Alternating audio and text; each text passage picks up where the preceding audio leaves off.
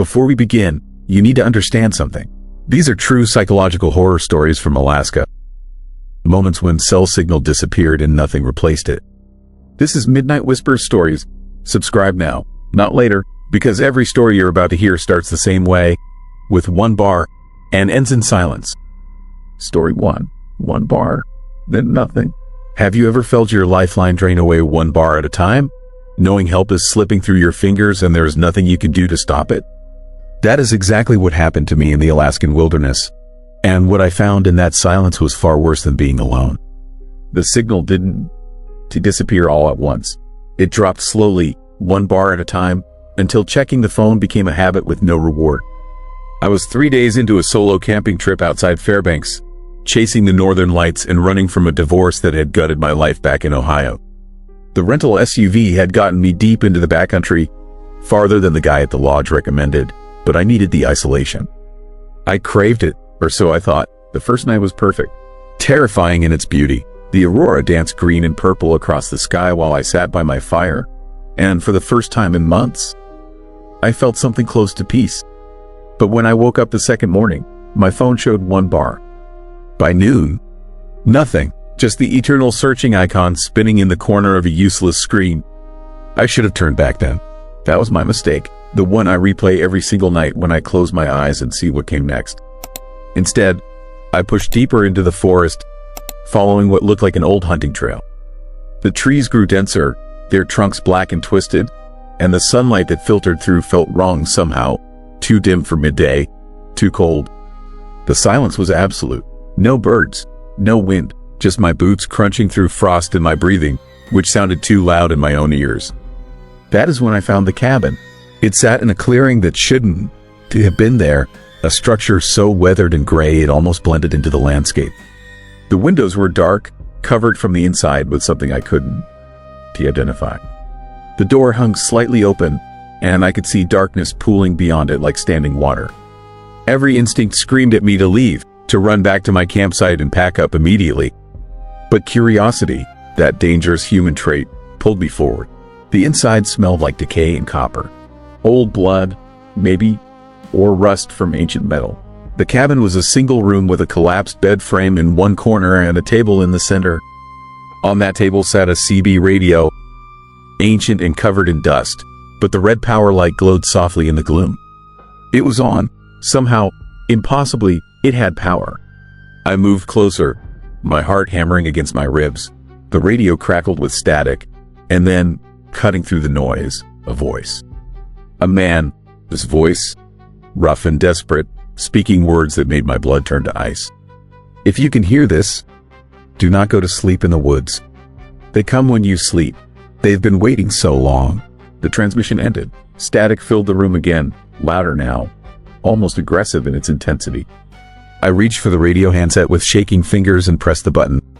Hello, who is this? Where are you? Nothing, just static. Then, after what felt like an eternity, the voice returned, but different now. Slower, each word deliberate and chilling. You were in the cabin. You found it. They knew you would. My throat tightened. How could he know where I was? I spun around, checking the dark windows, the open door, seeing nothing but shadows and forest. When I turned back to the radio, I noticed something I had missed before. Scratches on the wooden table, not random marks, words, carved deep and frantic into the grain. No sleep. They watch. Don't let them in. My hands trembled as I backed away from the table. The rational part of my brain, the part that handled spreadsheets and grocery lists back in my normal life, tried to explain it away. Some local playing a prank. An old warning from a previous occupant who had gone crazy from isolation. But my gut knew better. My gut recognized genuine fear when it saw it, and whoever carved those words had been absolutely terrified. I left the cabin and returned to my campsite as the sun began its early Alaskan descent. 4 in the afternoon and already the light was dying. I built my fire larger than necessary, feeding it every log I had gathered, creating a barrier of flame between myself and the surrounding darkness. I told myself I would stay awake. I would wait until morning and then hike back to the SUV, signal or no signal, and drive until I found civilization. But exhaustion has a weight all its own. By midnight, despite my fear, despite the horrifying warning, my eyelids grew heavy. The fire crackled and popped, and the sound became almost hypnotic. I remember thinking I would just close my eyes for a moment. Just rest them. That was when I heard the footsteps. Not animal footsteps. These were measured, deliberate, circling my campsite just beyond the reach of the firelight. I snapped awake, adrenaline flooding my system, and grabbed my flashlight. The beam cut through the darkness, illuminating trees and frost and nothing else. But the footsteps continued, crunching through the undergrowth, moving in a slow circle around me. Then they stopped. Complete silence. Even the fire seemed to burn quieter, as if it too was holding its breath. I swept the flashlight in a wide arc and saw them. Figures standing at the edge of the clearing. 4 of them, maybe 5. It was hard to tell because they stood so perfectly still they almost blended with the trees. They were human in shape but wrong in every other way. Too tall, too thin, their heads tilted at angles that necks should not allow. And their eyes, God, their eyes reflected the flashlight beam like animals, but the color was all wrong. A sick, pale yellow that seemed to glow with its own internal light. I did not move, could not move. Fear paralyzed every muscle, turned my bones to ice. We stayed like that for an eternity. Me standing by my dying fire. Them watching from the shadows. Then, as one, they took a step forward, into the light. Their faces were human but incomplete, like someone had started to carve a person from wood and given up halfway through. Smooth where there should be features, hollow where there should be depth. One of them opened its mouth, and the sound that came out was not a voice but a mimicry of one, like a recording played backward and slowed down. Sleep, you must sleep. We have been waiting. I ran, dropped the flashlight and ran blindly into the forest, branches tearing at my face and jacket, roots trying to trip me with every step. Behind me, I could hear them following, not running but walking with that same measured pace, never hurrying because they knew something I was only beginning to understand. There was nowhere to go, no escape in this endless wilderness, no signal to call for help, no light but the stars overhead, cold and distant and uncaring. I do not know how long I ran. Time lost meaning in that nightmare chase. Eventually, I stumbled into a ravine and fell, tumbling down a slope of frozen earth and stone until I crashed into a stream bed. The impact knocked the wind from my lungs and sent shooting pain through my ribs. I lay there, gasping, tasting blood in my mouth, and listened. Silence. They had not followed me down. Or perhaps they were simply waiting at the top, patient and eternal. I forced myself to move, to crawl along the stream bed, following the frozen water downstream because that is what you are supposed to do when lost. Follow water to civilization. The rational rules of survival, applied to an utterly irrational situation. The absurdity almost made me laugh, but the sound that came out was closer to a sob. As dawn approached, the sky turning that deep blue that comes before sunrise, I saw something ahead. A bridge, old and wooden, crossing the stream where it widened. And beyond it, lights. Actual electric lights from what looked like a ranger station or outpost. I stumbled toward it, using the last reserves of my strength, and collapsed against the door. Someone opened it. A woman in a ranger uniform, her face shifting from surprise to concern as she took in my appearance. She pulled me inside, sat me down, brought me water that I could barely swallow. "What happened to you?" she asked. "Are you hurt?" I tried to explain. Told her about the cabin, the radio, the figures in the forest. She listened with an expression I could not read, and when I finished, she was quiet for a long moment. "The Watcher, this cabin," she finally said. "We tell people not to go out that far. The cell signal dies about 5 miles back, and once you are in that deep, you are on your own. Strange things happen in those woods. Always have. The old-timers say the forest remembers everyone who gets lost in it, and sometimes it sends something to collect what it is owed." She did not say I was crazy, did not dismiss what I had experienced, and somehow, that was more terrifying than anything else. The casual acceptance that yes, there are things in the Alaskan wilderness that defy explanation, that hunt in the darkness, that wait for the signal to die and the protection of civilization to fall away. She drove me back to my SUV the next morning. It was right where I left it, but my campsite was gone. Not packed up, gone. No tent, no fire ring, no sign I had ever been there. Just undisturbed forest and the sound of wind through the trees. I drove back to Fairbanks without stopping, traded in my rental early, and caught the first flight to Anchorage, then home. But even now, months later and thousands of miles away, I check my phone obsessively, making sure the signal is strong, making sure I am connected. Because I learned something in that forest, something that haunts me every time I close my eyes. The signal didn't disappear all at once. It dropped slowly, one bar at a time, until checking the phone became a habit with no reward. And when it reached 0, when that last bar finally flickered and died, the protection went with it. The thing that kept them at bay, that invisible fence of civilization and connection, simply vanished. They're still out there, in the places where the signal fails, in the silence between bars, waiting for the next person to push too deep, to chase solitude into the dark corners of the world where ancient things still remember how to hunt. And the worst part, the thing that wakes me up at 3 in the morning in a cold sweat, I think they are patient. I think they can wait forever. And I think, sometimes, when my phone drops to 1 bar in my apartment in Ohio, far from any wilderness, I can hear that static. That crackling from an impossible radio. And a voice, slow and deliberate, reminding me, we have been waiting. We are still waiting, and one day, the signal will fail again. Story 2. Last message never sent. I am going to tell you something that terrifies me every single day. Not because it is supernatural or unbelievable. It terrifies me because it is real, and because it happened to me in the one place on earth where nobody could hear me scream. The message sat in my outbox for 3 days before I realized something was truly wrong. My name is David. I am a wildlife photographer, or at least I was before everything changed. I spent my career chasing the perfect shot across America's wildest places, but nothing compared to Alaska. That state consumed me. Every summer, I'd disappear into the frozen wilderness for weeks at a time, and I loved every terrifying second of it. This particular trip was different. I drove up the Dalton Highway in June, heading deeper into the Alaskan interior than I ever ventured. The road itself is eerie, stretching nearly 500 miles through absolute nothingness. Once you read past Fairbanks, civilization becomes a whispered memory. There are no gas stations for 100 miles in either direction. There are no towns. There are no people, just the highway cutting through endless forest and tundra, and the constant, haunting awareness that if your truck breaks down, you might never see another human being again. The creeping dread started on the second day. I stopped at a turnout around mile 200, a flat stretch where the trees pulled back and you could see for maybe 30 miles across the frozen landscape. The silence was horrifying. Real silence doesn't exist in cities. You don't understand what quiet actually means until you stand in the Alaskan wilderness and listen to absolutely nothing. No birds, no wind, just the sound of your own heartbeat and the blood rushing in your ears. I took some photographs. I always do. Then I noticed my phone. 1 bar of signal. That is standard up here. You really lucky if you get that.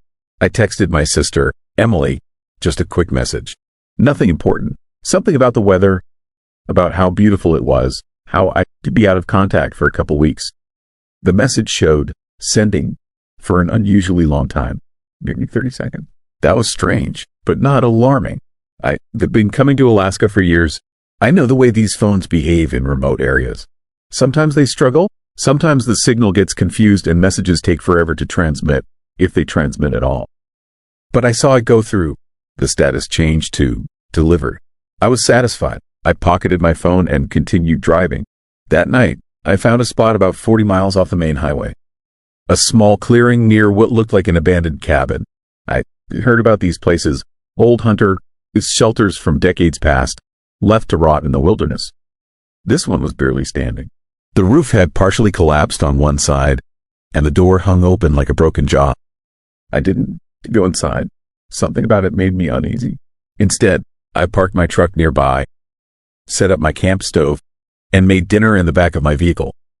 Through the open cargo door, I stared at that cabin. There was something fundamentally unsettling about it, something beyond the obvious decay and abandonment.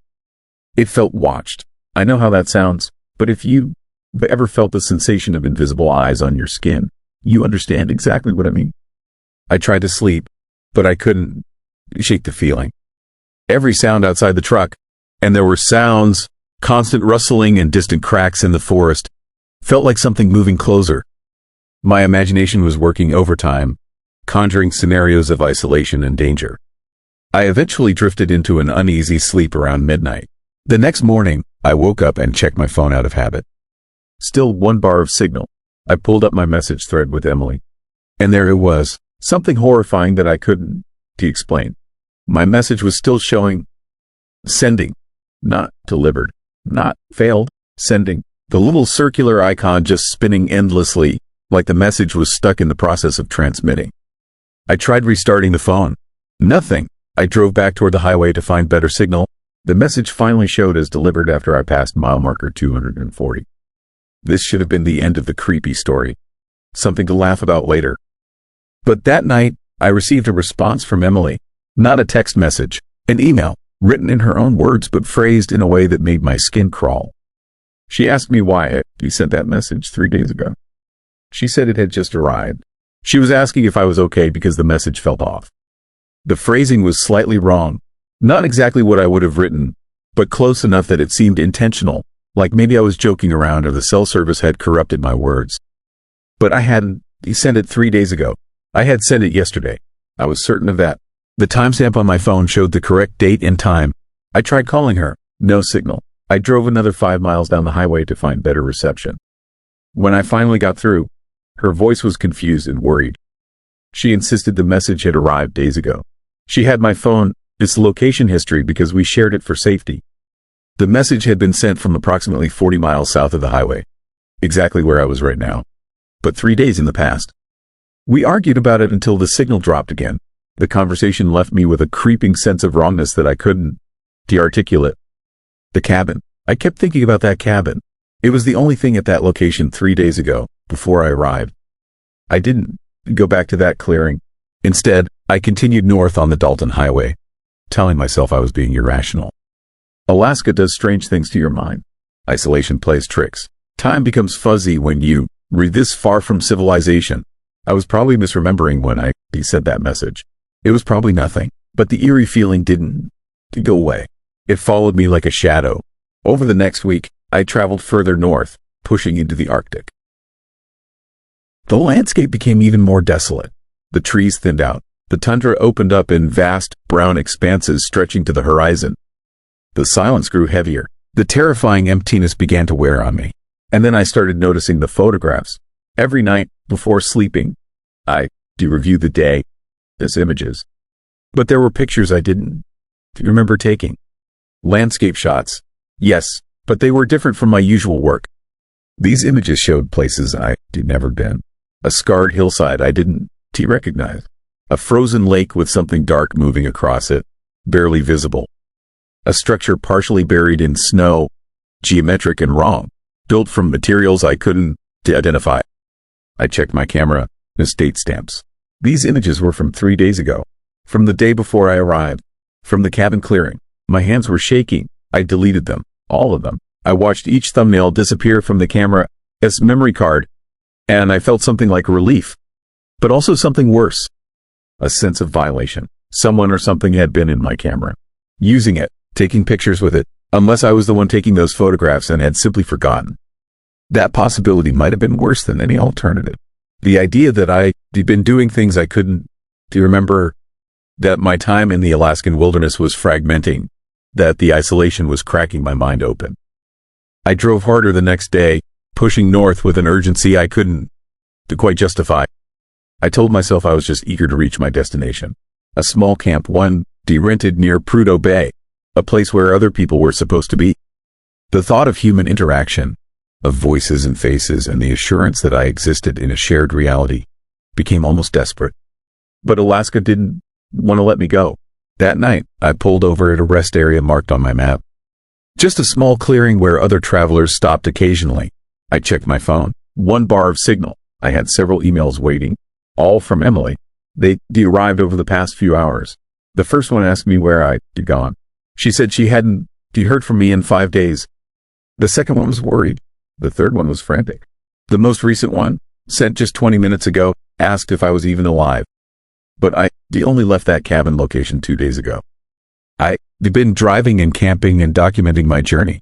I'd been moving forward through time like a normal person. I did the math 3 times before it made sense. The cabin clearing where I parked, the day I arrived, the message I sent to Emily. The message showing as having been sent 3 days prior. The photographs taken before I got there. Something at that location was distorting time. Or I was, or my phone was, or I was genuinely losing my mind, and none of this made sense because I was manufacturing a narrative to explain a psychological break. I tried to call Emily to ask her specific questions about the dates she was seeing, but my phone had no signal. I drove back down the highway for 30 miles before one bar appeared. By the time I had enough bars to make a call work, it was nearly midnight.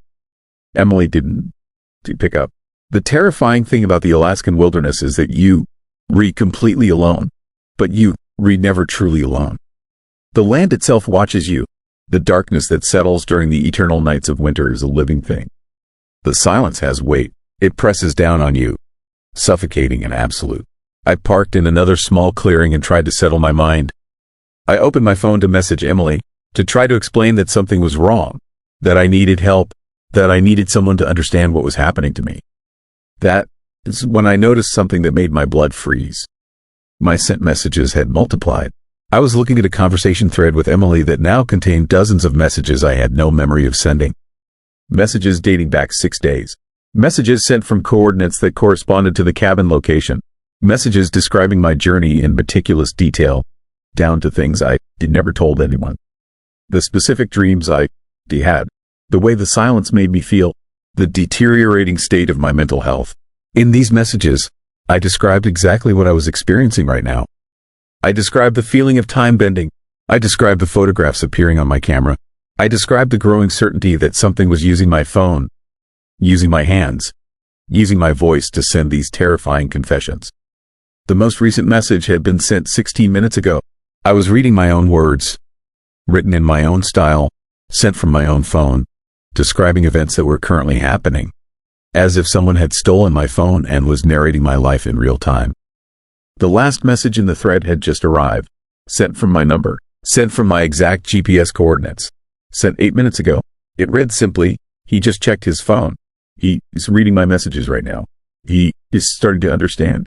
I am getting close. I threw the phone across the truck, his cab. It bounced off the passenger seat window and fell to the ground.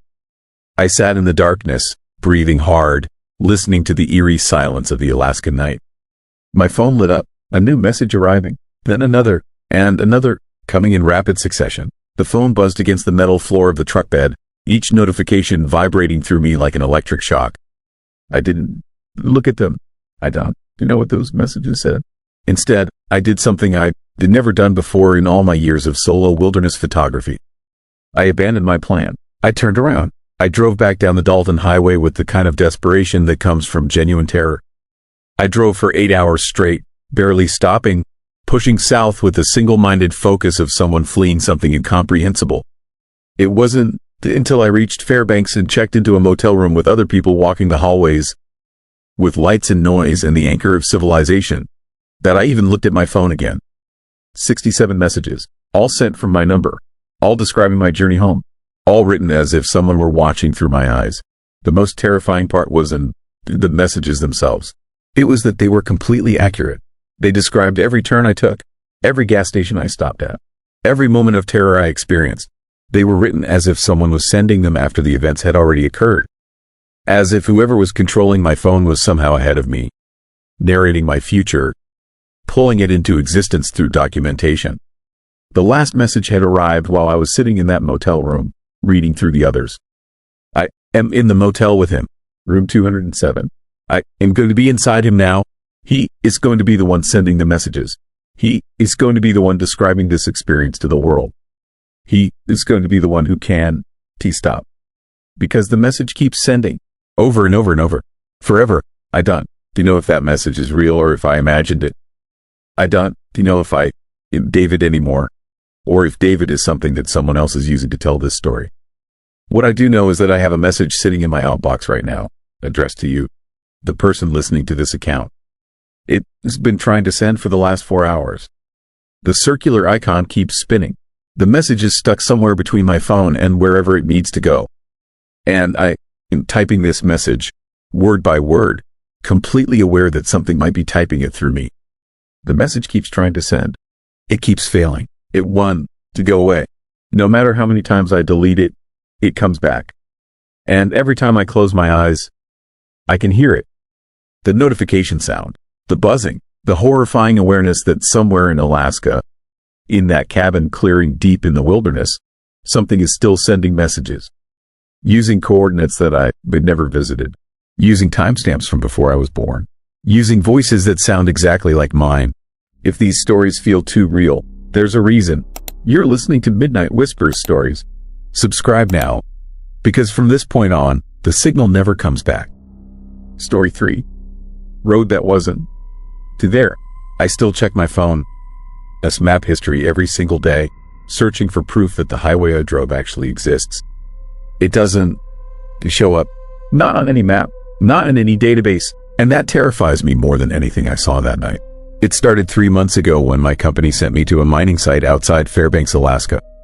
I am a safety inspector, been doing this work for 15 years, traveled to every corner of this country. I thought I'd seen it all. Remote locations, dangerous conditions, sketches of civilization barely holding on in the wilderness.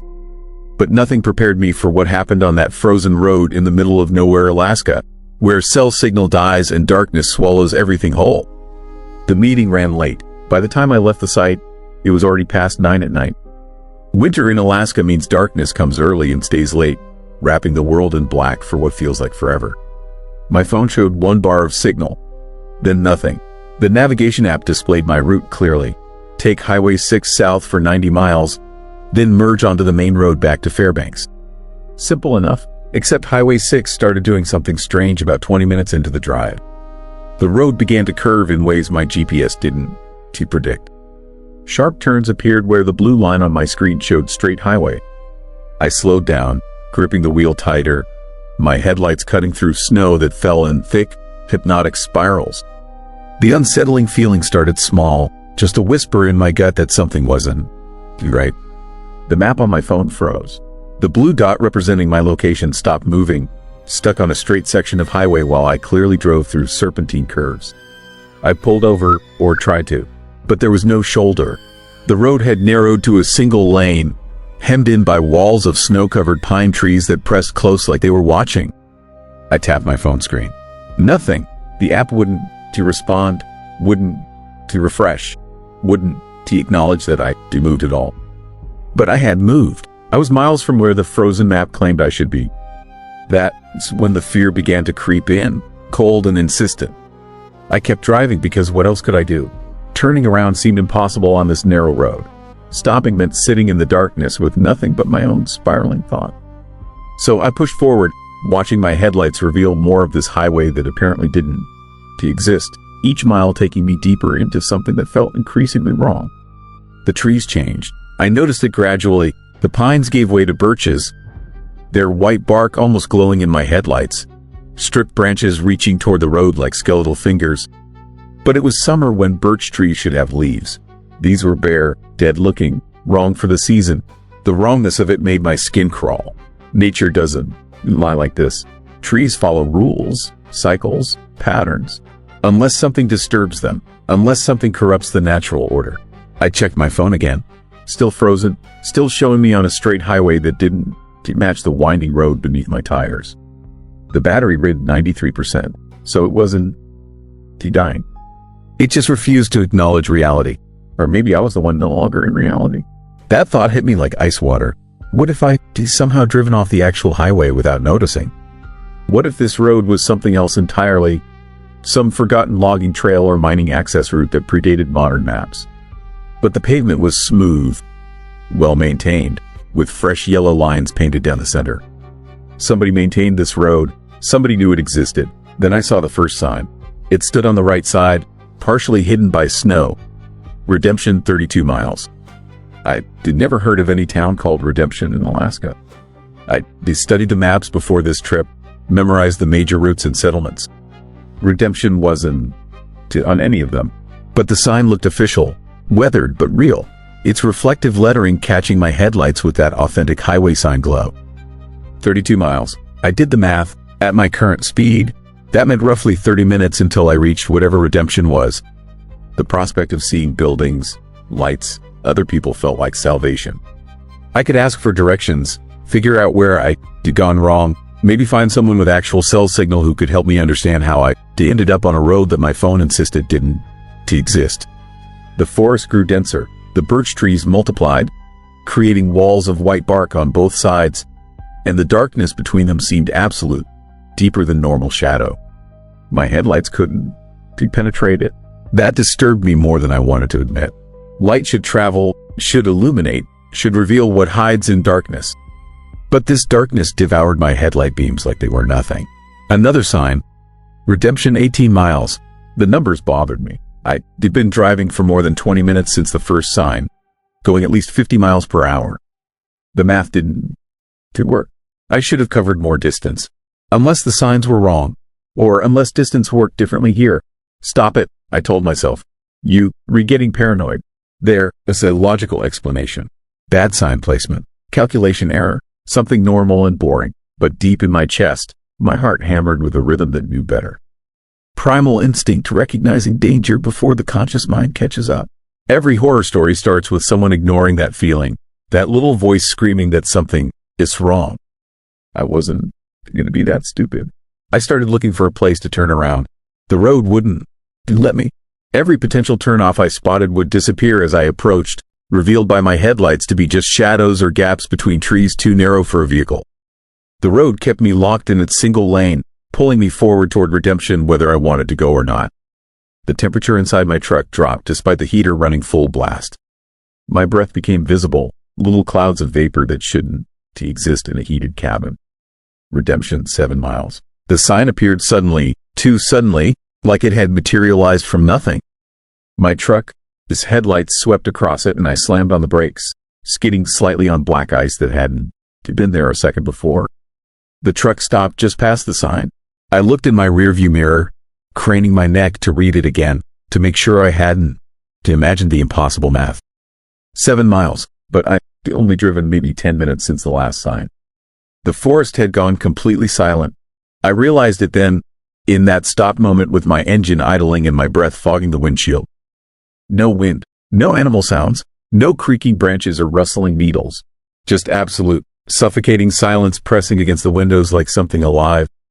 I should have been hearing something. Alaska wilderness is never truly quiet. There is always wind, always some distant sound of life or movement. This silence felt intentional, like the forest was holding its breath, waiting for something. My phone screen suddenly blazed to life, bright enough to make me squint. The map had updated, but what it showed made no sense. According to the display, I was in the middle of the Bering Sea, hundreds of miles from land, in the ocean. The blue dots sat in empty water. No roads, no highways, nothing but digital ocean stretching in every direction. That is when I understood that something was truly, deeply wrong. I put the truck in drive and pressed the accelerator, no longer caring about caution or speed limits. I needed to reach redemption, needed to find people or buildings or anything that proved I was still in the real world. The trees blurred past in walls of white bark and black shadow. The yellow line down the center of the road began to glow, actually glow with a faint phosphorescent light that couldn't be explained by simple reflective paint. The final sign appeared, Redemption 1 mile, but there was something else with it, something that made my blood freeze. Underneath the town name and distance, in smaller letters that looked hand-painted rather than official, were 3 words, no cell signal. How did a road sign know about cell signals? Highway markers don't reference modern technology. They stick to distances, directions, warnings about curves or wildlife. This was wrong. This was a message meant specifically for travelers like me, people who relied on their phones and technology and gotten lost. The road straightened. The trees fell away on both sides, opening into a clearing. And there, spread out before my headlights, was redemption. Except it wasn't the town. It was a single building. A motel, old-fashioned, 2 stories, with a flickering neon sign that read, Redemption Motor Lodge. Vacancy. The building looked like it belonged in a 1950s photograph. All right angles and mid-century architecture, painted in colors I could barely make out in the darkness. The parking lot was empty. Every window was dark except one on the ground floor, where a dim yellow light glowed behind thin curtains. I stopped my truck in the middle of the road, engine running, hands shaking on the wheel. Every instinct screamed at me to keep driving, To blast past this place and find the real highway, the real world, the reality I understood. But where would I go? The road had led me here with surgical precision, corralling me toward this impossible destination. And I was so tired. The fear, the confusion, the wrongness of everything had exhausted me. Part of me wanted to just park, walk into that motel, and demand answers. Find out what the hell was happening and why my phone thought I was drowning in the ocean while I sat in front of a motel that shouldn't exist. I checked the map again. Still ocean, still impossible. The door to the lit room opened. A figure stepped out, silhouetted against the yellow light.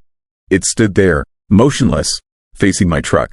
I couldn't make out features or details, just a human-shaped shadow that radiated wrongness even from this distance. Then it raised one arm, waving, beckoning me to come inside. That broke the paralysis. I slammed my foot on the accelerator and the truck leapt forward, shooting past the motel, past the figure that I refused to look at too closely. The road continued beyond Redemption, plunging back into forest. I drove with desperate speed, watching my rearview mirror to make sure nothing followed. The trees returned, closing in around the road, but something had changed. The birches were gone. Now there were only pines again. Normal pines with green needles, and the road began to widen, adding a shoulder, adding lane markers that looked regulation and real. My phone chimed. The sound in the silent truck made me jump so violently I nearly lost control. I grabbed the phone with one hand, keeping the other on the wheel. The map had updated. I was back on Highway 6, exactly where I should be, heading south toward the junction with the main route to Fairbanks. Like nothing had happened. Like I never left the correct road. But I had. I knew I had. Redemption existed somewhere behind me, hiding in darkness and impossible distances. I drove the rest of the way without stopping, barely breathing, gripping the wheels so tight my hands cramped. When I finally saw the lights of Fairbanks ahead, I almost cried with relief. Civilization, reality, safety. I went straight to my hotel and pulled up every map application I could find. Searched for Redemption, Alaska. Searched for Highway 6 anomalies. Searched for reports of roads that don't appear on GPS. Nothing. The internet had no record of what I experienced. But the next morning, when I checked my truck, I found something that made my blood run cold. Stuck under my windshield wiper was a business card, slightly damp from the night, snow. It was old-fashioned, printed on heavy cardstock that felt wrong to the touch. The text read, Redemption Motor Lodge. When the road brings you back, we'll be waiting. There was no address, no phone number, just that message and a small illustration of the motel, rendered in faded ink that looked decades old. I never told my company what happened, filed my report, finished my contract, and left Alaska as soon as possible. But I can stop thinking about it. Can to stop checking my phone, as map history, searching for evidence of that night. The data doesn't exist. According to every digital record, I drove straight from the mining site to Fairbanks on Highway 6 with no deviations, no stops, no time missing. But the card sits in my wallet, physical proof that can be explained away. And sometimes, late at night, I pull up my map app and search the area where Redemption should be. The map shows nothing but forest. But occasionally, just for a second before the app refreshes, I see it, a tiny dot in the wilderness, labeled with a single word. Vacancy. Vacancy. I know I should throw away the card. Should forget the whole terrifying experience. Should be grateful I escaped whatever that place was. But here, it's what keeps me awake. What fills me with a creeping dread that fade. I started seeing the signs again. Not in Alaska. Here, on normal highways in the lower 48. Just glimpses, there and gone, easy to dismiss as tricks of the light or fatigue.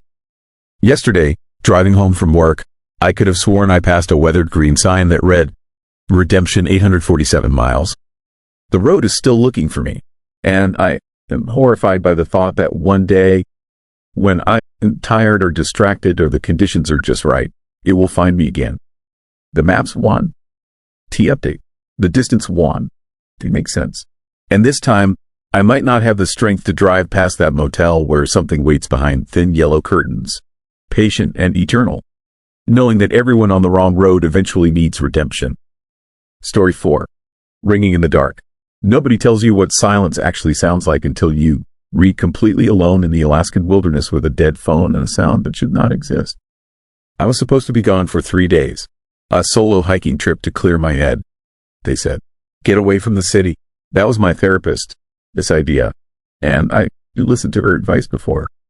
It had worked. But this time, 3 days turned into something else entirely. And the sound I heard in that terrifying darkness still visits me in my sleep. Let me start from the beginning, before everything became haunting and wrong. I left Seattle on a Friday morning in October, driving north toward Alaska with nothing but my truck, a map, and a growing sense of dread I couldn't quite explain. The highway stretched endlessly before me, forests pressing in from both sides like they were watching. I'd done road trips before, but something felt different this time. The sky looked wrong. Not cloudy, exactly, but heavy. Like it was holding something back. 15 hours of driving brought me to the edge of a small Alaskan town called Coldwater. Population, 387. The kind of place where the grocery store closes at 6 and there are more bears than people. I parked my truck at a motel called the North Star, a creepy place with flickering neon letters and windows so dirty I could barely see inside. The night manager barely looked at me when I paid for 3 nights in cash. His eyes were distant, unfocused, like he was thinking about something disturbing that had happened long ago. You staying out here long? He asked, his voice surprisingly hoarse. I told him no, 3 days, just hiking, I said. He nodded slowly, then said something I should have paid attention to. Cell service gets worse the further you go. Out past Morrison Creek, you want to get a signal at all. There's nothing out there. Nothing at all. I thanked him and drove to my trailhead, a logging road that wound deeper into the forest. The darkness came early that time of year, and by the time I parked, the sun was already dropping behind the mountains like something sinking. The last thing I remember from that first night was the absolute silence. No traffic, no distant sirens, no hum of civilization, just the sound of wind in dead trees and the creaking of my truck as it settled in the cold. The next morning, I started hiking. The first day was fine.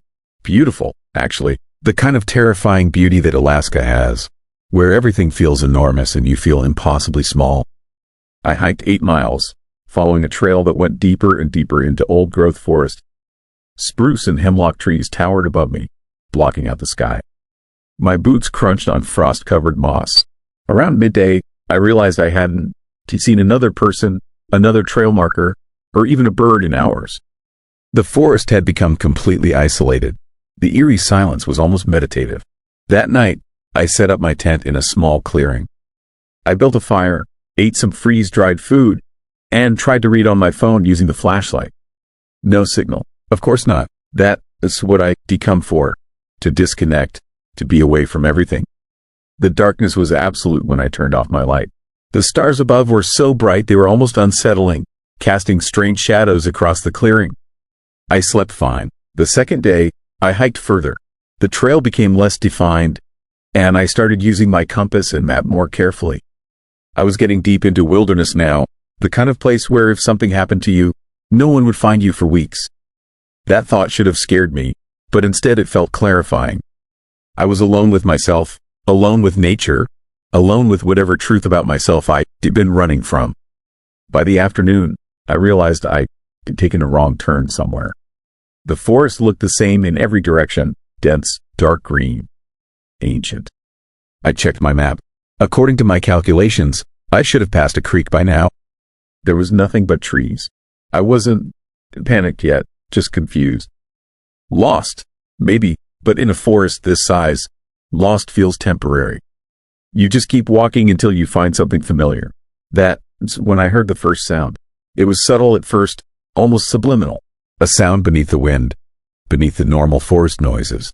A faint, distant ringing, like a phone vibrating against wood. I stopped walking and listened. Nothing, just the normal creepy forest sounds.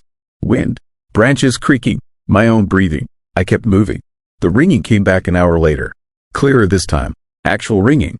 A phone ringing. In the middle of nowhere. In the middle of a forest where I hadn't seen another human being for over a day. I pulled out my phone to check it, but the screen was dark. No signal. Dead battery. But I decharged it before I left, and I hadn't used it much. It was at 60% when I last checked. I tried turning it on. Nothing. The ringing continued. It seemed to be coming from deeper in the forest, from somewhere off the trail. I wasn't thinking clearly anymore. I realize now, fear does something to your mind. It makes you stupid. It makes you curious about things that should terrify you. So I followed the ringing. I walked off the trail, pushing through thick brush and low branches. The ringing got louder, clearer. It was definitely a phone. Definitely a ringtone. Old school, like the kind of ringing from the 1980s or 1990s. The kind your parents had on their first cell phones. And it kept ringing. No one was answering it. No one was picking up.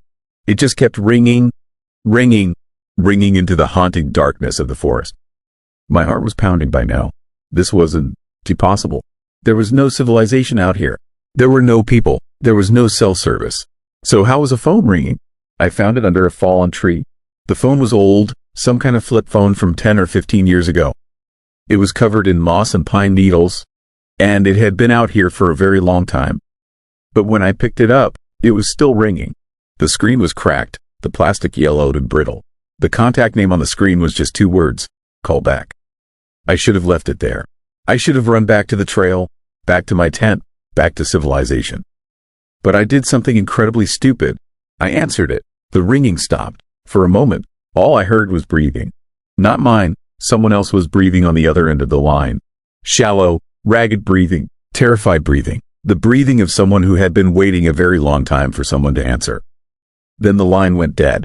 I stood there in the darkening forest, holding a phone that should not have been working, covered in moss that meant it had been outside for years. My hands were shaking. My mind was trying to rationalize what was happening. Dead battery? No, I just turned it on. Circuit came back to life somehow?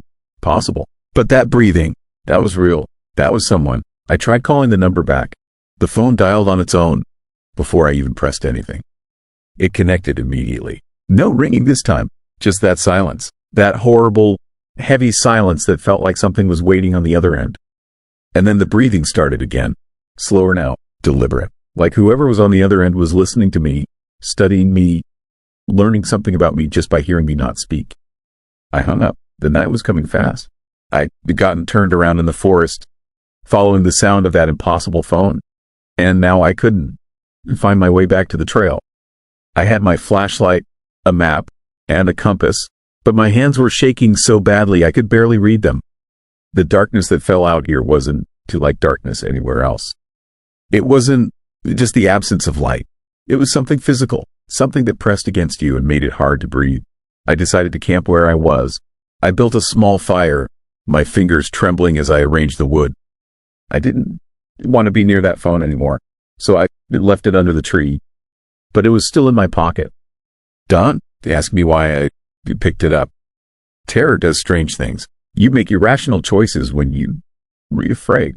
You hold on to things that scare you because at least they reproof that something real is happening. As the fire burned low, I heard it again.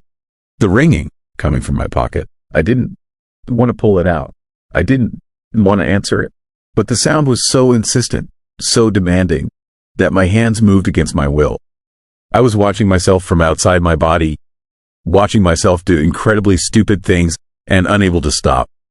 This time when I answered, someone tried to speak. The voice was distorted, like it was coming through a bad connection or underwater. Male, I think. Old. He said a single word, or maybe a name. Something like James, or Jake, or something else. The sound cut out and just left that chilling static noise that sounds like something screaming in frequencies your ears aren't supposed to hear. I threw the phone into the fire. The plastic melted and warped, releasing this horrifying smell like burning hair mixed with chemicals. The screen turned black. And then, impossibly, the ringing started again. From inside the flames. The sound was coming from a phone that was literally melting in the fire. And it was ringing, ringing, ringing like someone was desperately trying to reach me. I didn't sleep that night. I sat by that dying fire, every muscle tensed, every instinct screaming that something was wrong with this place. Not just wrong, sick, like something had rotted at the core of this forest and whatever was hidden here had been waiting a very long time for someone to find that phone. When dawn came, gray and cold, I threw dirt on the fire and started walking. Not toward my tent, toward the road, away from the forest.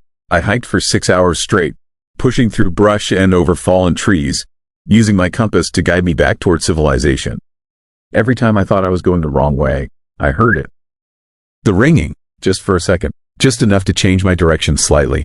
It was guiding me. Whatever was making that sound, it was leading me deeper into the wilderness. And some part of my mind, the part that wasn't too completely terrified, realized that I was being hunted.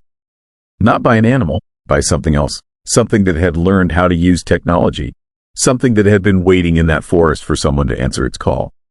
By mid-afternoon, I saw the logging road. My truck was still there. I threw my gear in the back and drove away from that place without looking in my mirrors once. I drove for 14 hours straight, back toward Seattle, back toward people and lights and the sound of traffic. My hands didn't stop shaking for 3 days. The police investigated, of course. They sent people out to the location I marked on my map. They found nothing. No old phone. No bones. No evidence that anything unusual had ever happened. The officers who came to talk to me looked at me like I was unstable. Delusional. They asked if I'd ever been diagnosed with any mental health issues. If I was on any medications. If I'd been drinking. I hadn't been drinking. I hadn't been delusion. But I also understood why they didn't believe me. A month later, I got a call on my landline. My actual phone, in my actual apartment, with my actual number that I'd owned for 5 years. There was no caller ID, just a blank number. I almost didn't answer, but the ringing was so insistent that I picked up the phone against every instinct screaming at me not to. The call connected, but no one answered. I heard only ringing, more ringing coming through the phone like I was calling back from somewhere impossible. That eerie sound kept echoing, and hearing the ringing only made the silence worse. The horrible, empty, waiting silence underneath it all. Someone was on the other end of that line, waiting, listening, just like in the forest. I hung up. I've been moved 3 times since then. Changed my number 4 times. I don't answer calls from numbers I don't recognize, and even numbers I do recognize make me nervous now. I still check the Forest Service website sometimes, seeing if there are any reports of people going missing in that area. There are, not many, but enough. People who hiked in and never came out. People whose families spent years trying to find them in those deep woods. The worst part I sent to the fear. I sent even the knowledge that something is out there, something that learned to use a phone, something that knows how to reach you. The worst part is understanding that I didn't stumble upon that phone. I was supposed to find it. That forest has been calling and calling and calling, waiting for someone to finally answer. And now it knows my name. It knows my number. And sometimes, late at night, when my phone is off and my apartment is completely quiet, I can still hear it. That ancient ringing, patient and endless, waiting for me to answer again. Because I know, with a certainty that chills me to my core, that it will never stop trying. It found what it was looking for when I picked up that phone in the darkness. And things in the dark, the truly terrifying things that live in the isolation of the Alaskan wilderness, they never let go once they caught your signal. The most horrifying truth is this. I'm not the only one who answered that call. I searched online forums, trying to understand what happened to me, and I found them. Other people, scattered across the internet, telling nearly identical stories. Different forests, different phones, same chilling result, same nightmare, same ringing that follows you home. We're all waiting for our phones to ring again. And we all know, deep down, that they will. The question that haunts me now, ISN, what was on the other end of that line? It is how many others have answered their calls, and how many new phones are out there right now, buried under fallen trees, covered in moss, waiting in the dark to ring and ring and ring until someone lonely enough, desperate enough, or unlucky enough picks them up. The ringing never really stopped, you see. It just followed me home. Story 5. No signal, but the phone's still warm. Have you ever felt like something was watching you through your phone? I hadn't thought about it until it was too late. I was driving through the most desolate stretch of Alaska you can imagine, mile after mile of nothing but dark forest, empty highway, and sky that seemed to press down like a lid on a coffin. The kind of place where civilization feels like a memory. That's when I realized my phone had no signal. Not unusual for rural Alaska. But then I noticed something that made my skin crawl. The phone was warm. Not just room temperature. Warm like it had been actively working. Like it had been doing something without my permission. My name is Marcus. I am a systems analyst from Seattle, 48 years old. And I pride myself on being practical, logical, unemotional. I don't believe in ghosts or supernatural nonsense. but I believe in what I can measure and observe, and what I was observing didn't make sense.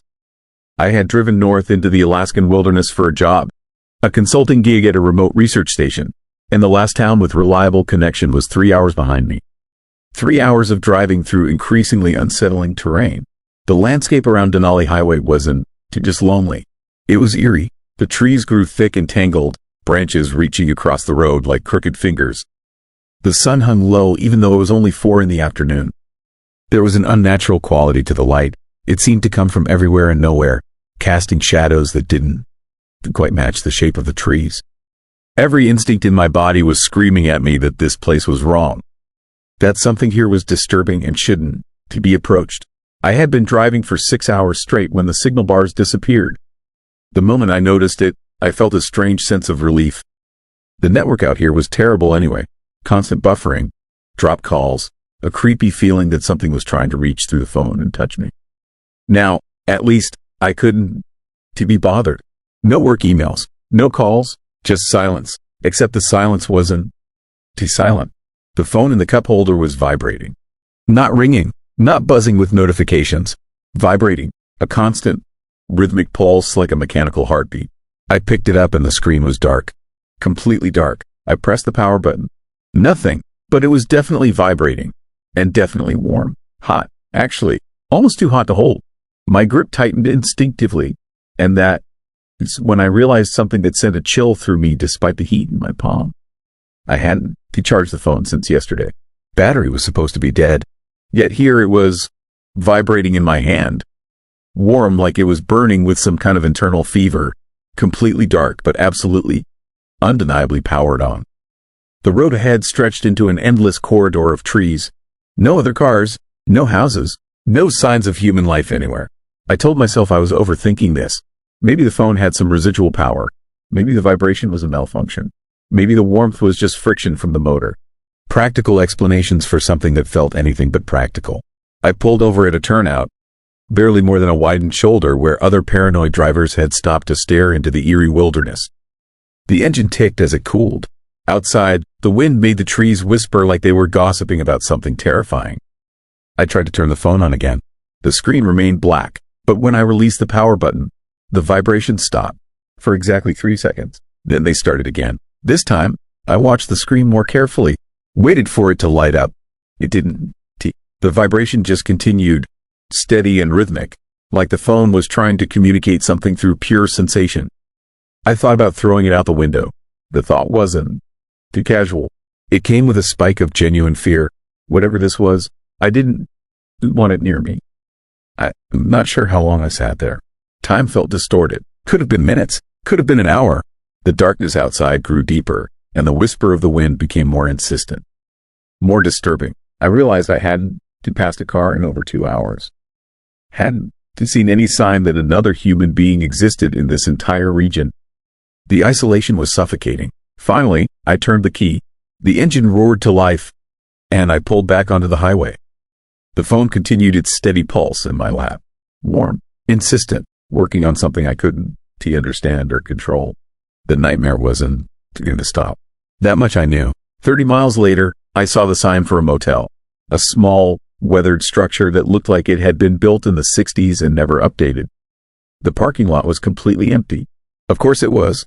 Who would stay here? But lights glowed in the windows of the office, and there were no other options. The next town was another 2 hours, and I wasn't confident I could make it without stopping. My hands were shaking from exhaustion and something else I couldn't name. The woman behind the desk looked like she hadn't slept in years. Hollow eyes, thin lips. She didn't ask any questions when I checked in, just took my cash and handed me a key attached to a plastic diamond with the number 7 on it. Her skin was unnaturally pale, and when she touched the key to hand it to me, her fingers were cold. Frighteningly cold. The room smelled like old smoke and bleach. Everything was worn and dated. The orange bedspread, the wood paneling, the plastic ice bucket that had probably been there since the 70s. But it was a bed, and a door that locked. I threw my bag on the chair and collapsed onto the mattress. The phone on the nightstand was still vibrating. I hadn't moved it from where I set it down in the truck. Now it was here. The vibration continued, steady and terrifying. I picked it up, screen still completely black, but the warmth had intensified. It was almost painful to hold now, like gripping something that was rapidly heating up. I should have powered it off. Should have done something rational. Instead, I sat there in the dark room, listening to that mechanical pulse, feeling that impossible heat, and understanding on a deep, primal level that something was very, very wrong. I set the phone down and went to the window, drew back the thin curtain. The parking lot was still empty. Beyond it, the forest pressed close, trees dark and dense. And in that darkness, I noticed something else. Movement. Not wind, something deliberate, something that seemed to be looking toward my room. I couldn't see a shape, no figure or creature, just the sense of being observed, of being located, of being marked. The phone vibrated louder. I turned back to it. The screen was still black, but now I could swear I heard something. A faint sound coming from the speaker. Not quite words, more like static or breathing. Someone or something breathing through my phone. I did throw it then. Across the room. It hit the far wall and fell to the floor. The vibration stopped for 3 seconds, exactly like before. Then resumed. The breathing sound continued, barely audible but unmistakably present. I left the room, went to the office. The woman was still behind the desk, exactly as if I never left. The phone, I said. The phone I brought with me? It is not working right. She looked at me with something like pity. No signal out here, she said quietly. I know, but the phone is warm, and it's vibrating. And I can hear something like breathing. She was quiet for a long moment.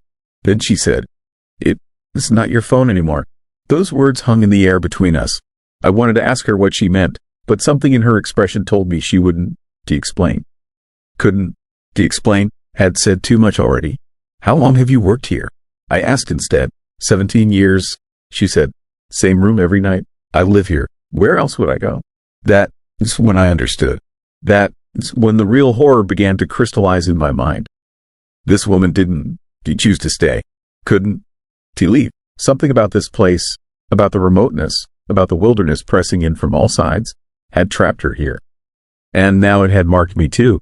I went back to the room. The phone was vibrating on the floor. I picked it up and did something I hadn't tried before. I held it to my ear and listened to that breathing, that wet, rhythmic inhaling and exhaling. And underneath it, I heard something else. Whispers, multiple voices, overlapping, speaking in a language I didn't recognize. Or maybe it wasn't language at all. Maybe it was the sound of something pretending to be language. Something that had learned how to mimic human speech but not quite gotten it right. I threw the phone into the shower and locked myself in the bathroom. But I could still hear it. The vibration traveled through the pipes. The breathing came up through the drain. The whispers seemed to emanate from the walls themselves. By morning, I had a plan. I would drive. I would drive fast and far, back toward civilization, back toward people and lights and the reassuring hum of the internet. I would leave this place and never come back. I would tell myself it had been stress-induced paranoia, exhaustion, the isolation playing tricks on my mind. But when I packed my bag to leave, the phone was in my pocket. I didn't put it there. I never retrieved it from the shower. But it was there, vibrating gently against my ribs. Warm, alive. The woman behind the desk didn't try to stop me from leaving. But as I passed her, she said something that froze me in place. It's already inside you now, she whispered. Just like it is inside all of us out here. The forest has a way of connecting, of making sure no one gets away. Your phone was just the way it traveled. I drove faster than I should have. The highway was empty. The forest on either side seemed darker than before, more present, more aware. And my phone, still in my pocket, still vibrating, still warm, began to pulse in rhythm with my heartbeat. After 3 hours, I saw a town ahead. Civilization. Other cars, people. But I couldn't bring myself to stop the car. My hands weren't responding to my brain, its commands. My body was moving of its own accord, driving away from safety, deeper into the wilderness, towards something I couldn't name or escape. And in my pocket, the phone was getting hotter. It wasn't my phone anymore. That much was clear now. The whispers had become almost coherent, almost like they were saying my name. And somewhere in that terrible darkness of the Alaskan forest, something was pulling me toward it. Something vast and patient and hungry that had been waiting in this lonely place for so long that it had forgotten what wanting felt like. All it knew was taking. And now, In the darkness of my consciousness, I finally understood the truth that the woman had tried to warn me about. This wasn't about technology or malfunction or coincidence. This was about a place so isolated, so cut off from the rest of the world, that something else had learned to live in that isolation. Something that communicated through the devices we trusted. Something that used our connectivity against us, inverted the very thing we relied on to feel safe and connected to the world. The last coherent thought I had before the car drove itself deeper into the forest was a simple question that would haunt anyone who heard this story. What happens to all those people who disappear in remote areas? The hikers who vanish without a trace? The drivers who abandon their cars on empty highways? The isolated communities that slowly fade from existence? They didn't disappear. They were relocated, redistributed, reassigned to their new purpose. They were the forest. This now. And so was Story 6. Emergency call that never connected. What happens when you dial 911 and nobody answers? Not because the line is busy, but because something on the other end decides you are not supposed to get help. That is the horrifying truth I discovered on a stretch of highway in Alaska where the darkness has teeth and your phone becomes nothing more than a glowing lie in your hand. The screen said calling emergency services. Nothing else happened. I stared at those words for what felt like an eternity, my thumb hovering over the screen, pressing the button again and again like somehow the fourth or fifth attempt would break through whatever wall stood between me and salvation. But the call never connected. It just hung there, suspended in digital limbo, while the thing outside my truck grew bolder with each passing second. Let me back up. My name is Michael Torres, and I'm a long-haul trucker out of Seattle. 42 years old, divorced, no kids, and I have been driving the Alaskan highway between Washington and Fairbanks for the better part of 15 years. I know every truck stop, every dangerous curve, every place where the moose like to wander into the road at dusk. I thought I knew this route. I was wrong. It started 3 nights ago, about 200 miles south of Fairbanks. In that dead zone where civilization gives up and the wilderness takes over completely. The kind of empty that makes you understand how small you really are. My CB radio had been crackling with static for the past hour, which was not unusual in this terrain. But something about the interference felt different. Deliberate, like someone was jamming the signal on purpose. That is when my phone started acting strange. The signal bars flickered and died, which again, normal for this area. But then the phone started opening apps on its own. The camera would launch, pointing at nothing, taking pictures of the darkness outside my windshield. The voice recorder would start, capturing minutes of silence and the rumble of my diesel engine. Messages I never wrote appeared in my drafts, strings of numbers and symbols that made no sense. I pulled over at a turnout, thinking maybe I had some kind of virus or malware. The unsettling part was not just the phone malfunctioning. It was the complete and total silence outside. No wind, no animal sounds, nothing but the ticking of my cooling engine and a darkness so thick it seemed to press against the windows like something solid. That is when I saw the first one, a figure standing about 50 yards ahead, illuminated by my headlights. Just standing there in the middle of the highway, facing my truck. Too tall to be a normal person, too still to be alive. I hit my high beams, and the figure did not move, did not react to the sudden brightness. It simply stood there, and even from that distance, I could feel it watching me. Every instinct told me to put the truck in gear and leave, but truckers are practical people. We do not spook easy. I figured it was probably some broken-down motorist, maybe in shock from the cold. I grabbed my flashlight and my phone, opened the door, and stepped out onto the frozen asphalt. The cold hit me like a physical blow. It was not normal Alaska cold. This was something deeper, something that went straight through my bones and settled in my chest like ice water. My breath came out in clouds so thick I could barely see through them. And the figure ahead had not moved an inch. I called out, asked if they needed help, my voice sounding small and pathetic in that vast silence. No response. I took a few steps forward, my boots crunching on frost. And that is when my phone buzzed in my pocket. A text message, from a number I did not recognize. Just 3 words. Turn around now. My blood went cold. I spun, sweeping my flashlight across the darkness behind my truck, and saw nothing. When I looked back toward the figure on the highway, it was gone. Not walked away, just gone, vanished like it had never been there at all. I ran back to my truck, locked the doors, and sat there with my heart hammering against my ribs. The creepy thing was not that the figure disappeared. It was that my phone had received a text message in an area with absolutely no signal.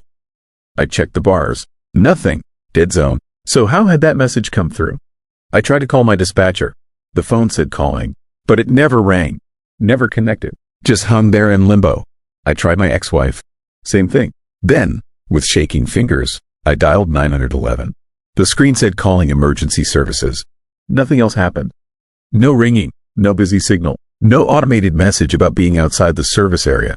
Just those words, glowing on my screen, mocking me with the promise of help that would never arrive. I must have stared at it for a full minute before the phone buzzed again. Another text, same unknown number. They do not want you to call. They are listening. The temperature inside my truck plummeted. I could see my breath now, even with the heater running full blast. Frost began creeping across the inside of my windshield in patterns that looked almost like handprints. Large handprints, too many fingers. That is when I heard the tapping, soft at first, like someone gently knocking on the passenger window. I did not want to look. Everything in me screamed not to look. But fear has a strange way of overriding common sense. I turned my head slowly, and there, pressed against the glass, was a face. Not human, close, but not quite right. The proportions were wrong, stretched and distorted like someone had tried to recreate a human face from a description but had never actually seen one. Its eyes were too far apart, too large, and they reflected my truck, its interior lights with a pale, sickly glow. Its mouth opened slowly, impossibly wide, and I could see rows of teeth that went too far back, disappearing into a throat that seemed to go on forever. Then it smiled, and the smile was the most terrifying thing of all because it was perfect. Practiced, like it had been watching humans smile and had learned to mimic the expression without understanding what it meant. I threw the truck into gear and floored it. The diesel engine roared to life, and I tore out of that turnout doing 60 before I even hit the highway. In my mirrors, I could see figures emerging from the tree line. Dozens of them, all wrong, all watching my truck speed away with those terrible, knowing smiles. I drove for 3 hours straight, pushing my rig as fast as I dared on those icy roads. My phone kept buzzing, text after text from that unknown number, each message more disturbing than the last. We know where you are going. We have always been here. The highway belongs to us after dark. Your call will never connect because we will not allow it. The worst part was not the messages themselves. It was that they came through perfectly, instantly, in an area where I had no signal whatsoever. Whoever or whatever was sending them had access to something beyond normal cellular networks. Something that could reach me anywhere. As dawn approached, the text stopped. The oppressive darkness lifted slightly, replaced by that gray pre-sunrise light that makes everything look washed out and unreal. I pulled into a truck stop outside Fairbanks, parked in the most crowded area I could find, and sat there shaking. Other truckers were going about their morning routines, getting coffee, checking their loads, chatting about weather and road conditions. Normal life. It felt like I had crossed back from some other dimension where the rules were different and nightmares wore human shapes. I checked my phone. Full signal. 5 bars. I tried calling 911 again, just to test it. This time it connected immediately. A dispatcher answered, professional and calm, asking about my emergency. I hung up without saying anything. What would I even tell them? That I was chased by things that should not exist? That my phone received messages in a dead zone from something that did not want me calling for help? But here's the thing that keeps me awake at night. That chilling detail that made me realize this was not over. When I looked at my phone, this message history, trying to find those horrifying texts, they were gone. Deleted. Every single one, like they had never existed at all. Except for one, the last message I received, time-stamped at exactly sunrise. It was not from the unknown number. It was from my own number. My phone had sent a text to itself. Just 4 words that made my stomach drop. See you tomorrow night. I quit long-haul trucking that day. Told my company I was done. Health reasons. And took a local delivery job that keeps me in the Seattle area. I have not been back to Alaska. Have not driven at night if I can help it. And I check my phone constantly, obsessively, making sure the signal stays strong. Because I learned something terrifying on that highway. There are places where our technology, our connection to the civilized world, becomes a trap instead of a lifeline. Where something old and patient has learned to use our own tools against us. The emergency call system we trust with our lives, the one that is supposed to work anywhere, anytime, can be blocked. Intercepted. Controlled. The screen said calling emergency services. Nothing else happened. Those words haunt me. They represent every nightmare about being alone and helpless, about screaming for help into a void that does not care. About discovering that the safety net you always counted on has holes in it, big enough for things to crawl through. And sometimes, late at night when I am trying to sleep, my phone will buzz with a notification. Just the screen lighting up for a second, no message, no call. But in that brief glow, I swear I can see a reflection in the dark glass. A face that is not quite human, a smile that is too perfect, a reminder that they are still out there, still waiting, still watching the highways where the signal fails and the darkness grows teeth. The emergency call never connected because something decided I was not supposed to get help. And the truly horrifying part? I think it is still deciding, every single night, for everyone who drives those empty roads where civilization ends and something else begins. One bar at a time, the signal fails. And when it does, when you are alone in the dark and you dial those 3 numbers, you might discover what I did. Sometimes, nobody answers because something else picked up first. Story 7. Turning back felt riskier. I made a choice on a forgotten stretch of the Dalton Highway that changed everything. The choice wasn't between safety and danger. It was between 2 different kinds of terror. And I chose wrong. My name is Marcus, and I drive for a living. Long hauls across America. I know the highways better than I know my own home. I know the rhythm of white lines and yellow mile markers. I know the names of truck stops in places most people have never heard of. I know the specific kind of lonely that comes from seeing nothing but asphalt and sky for 12 hours straight. But I had never driven the Dalton Highway before.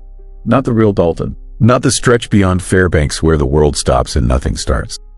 It was late May when I took the job. A private contractor needed supplies moved north to an old mining operation. The pay was too good to refuse. $3,000 for 2 days of driving. The cargo was sealed in containers. No questions asked. I didn't ask any. The highway starts normal enough. Fairbanks is still a place where you can see other vehicles, where gas stations exist, where you know that if something goes wrong, help is maybe 20 miles away. But the further north you drive, the more those assumptions die. By mile 100, you re-alone in a way most people never experience. The creeping dread started around mile 130. That's when I noticed the sky changing, not in a natural way. There was a quality to the light that felt disturbing, eerie, like the color was being leached out of the world. The sun should have been high.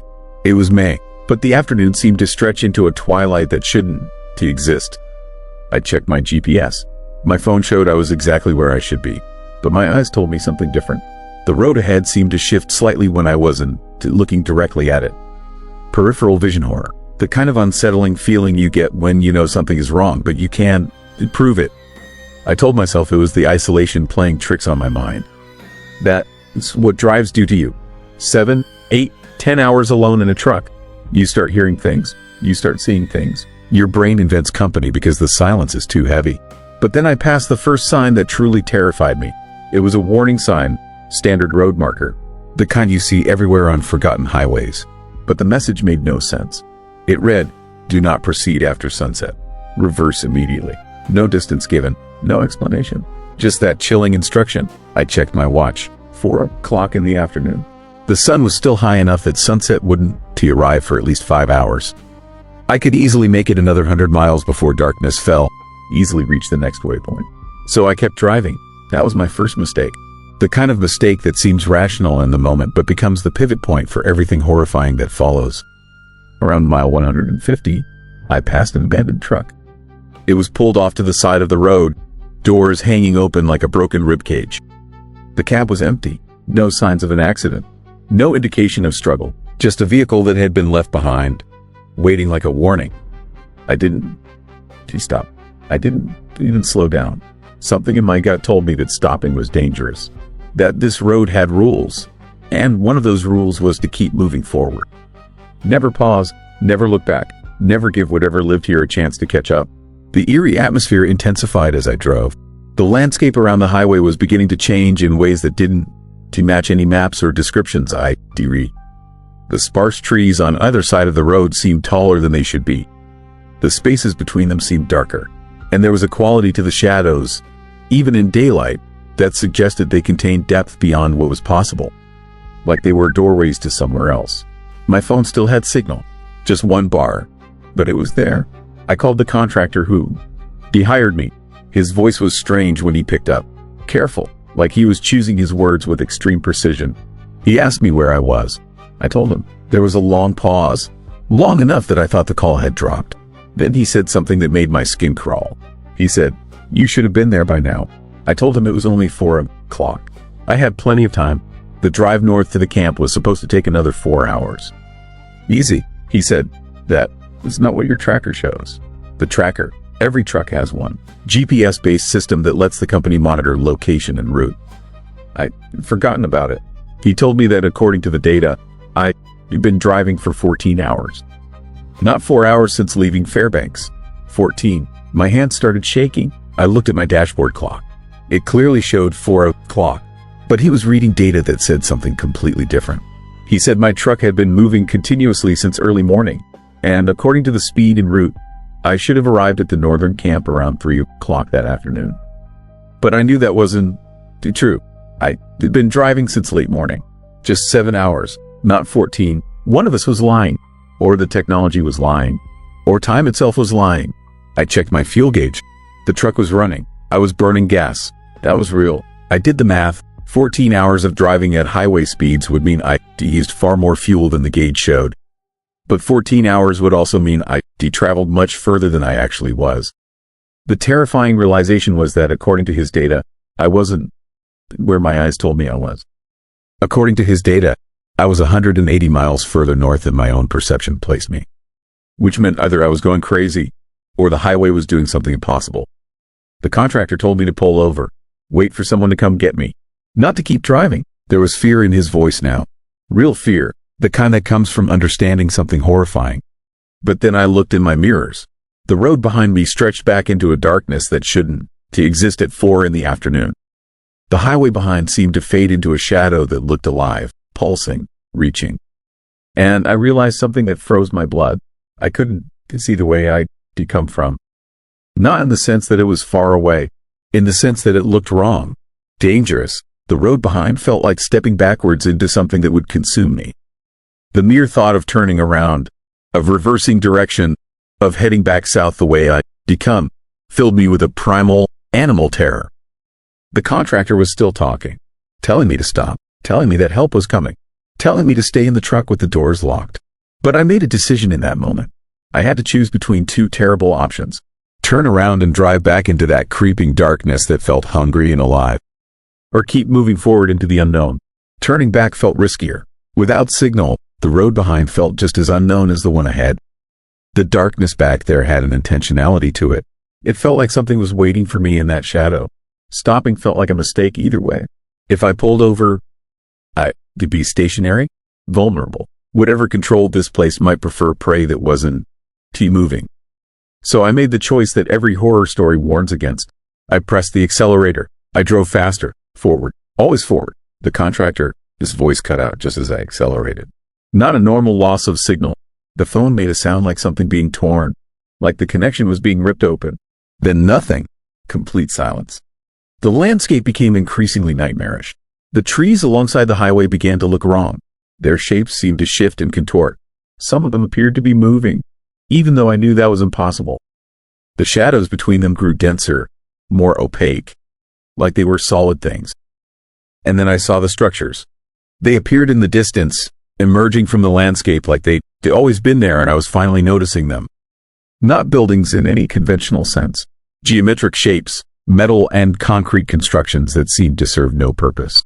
They had an industrial quality, like maybe they were power lines or communication towers. But they were arranged wrong. Their angles were strange. Their proportions didn't match anything I'd ever seen. The eerie feeling I'd been experiencing since mile 130 intensified into something closer to genuine dread. These structures had been built for a reason, by someone, something. My phone buzzed. One notification. I couldn't take my eyes off the road to check it, but I heard the sound. A message coming in from the contractor. Somehow, inexplicably, I had signal again. I couldn't read it while driving. So I waited, continued pushing forward. The sun was lower now. It had to be later than 4 o'clock, though my clock still insisted it wasn't.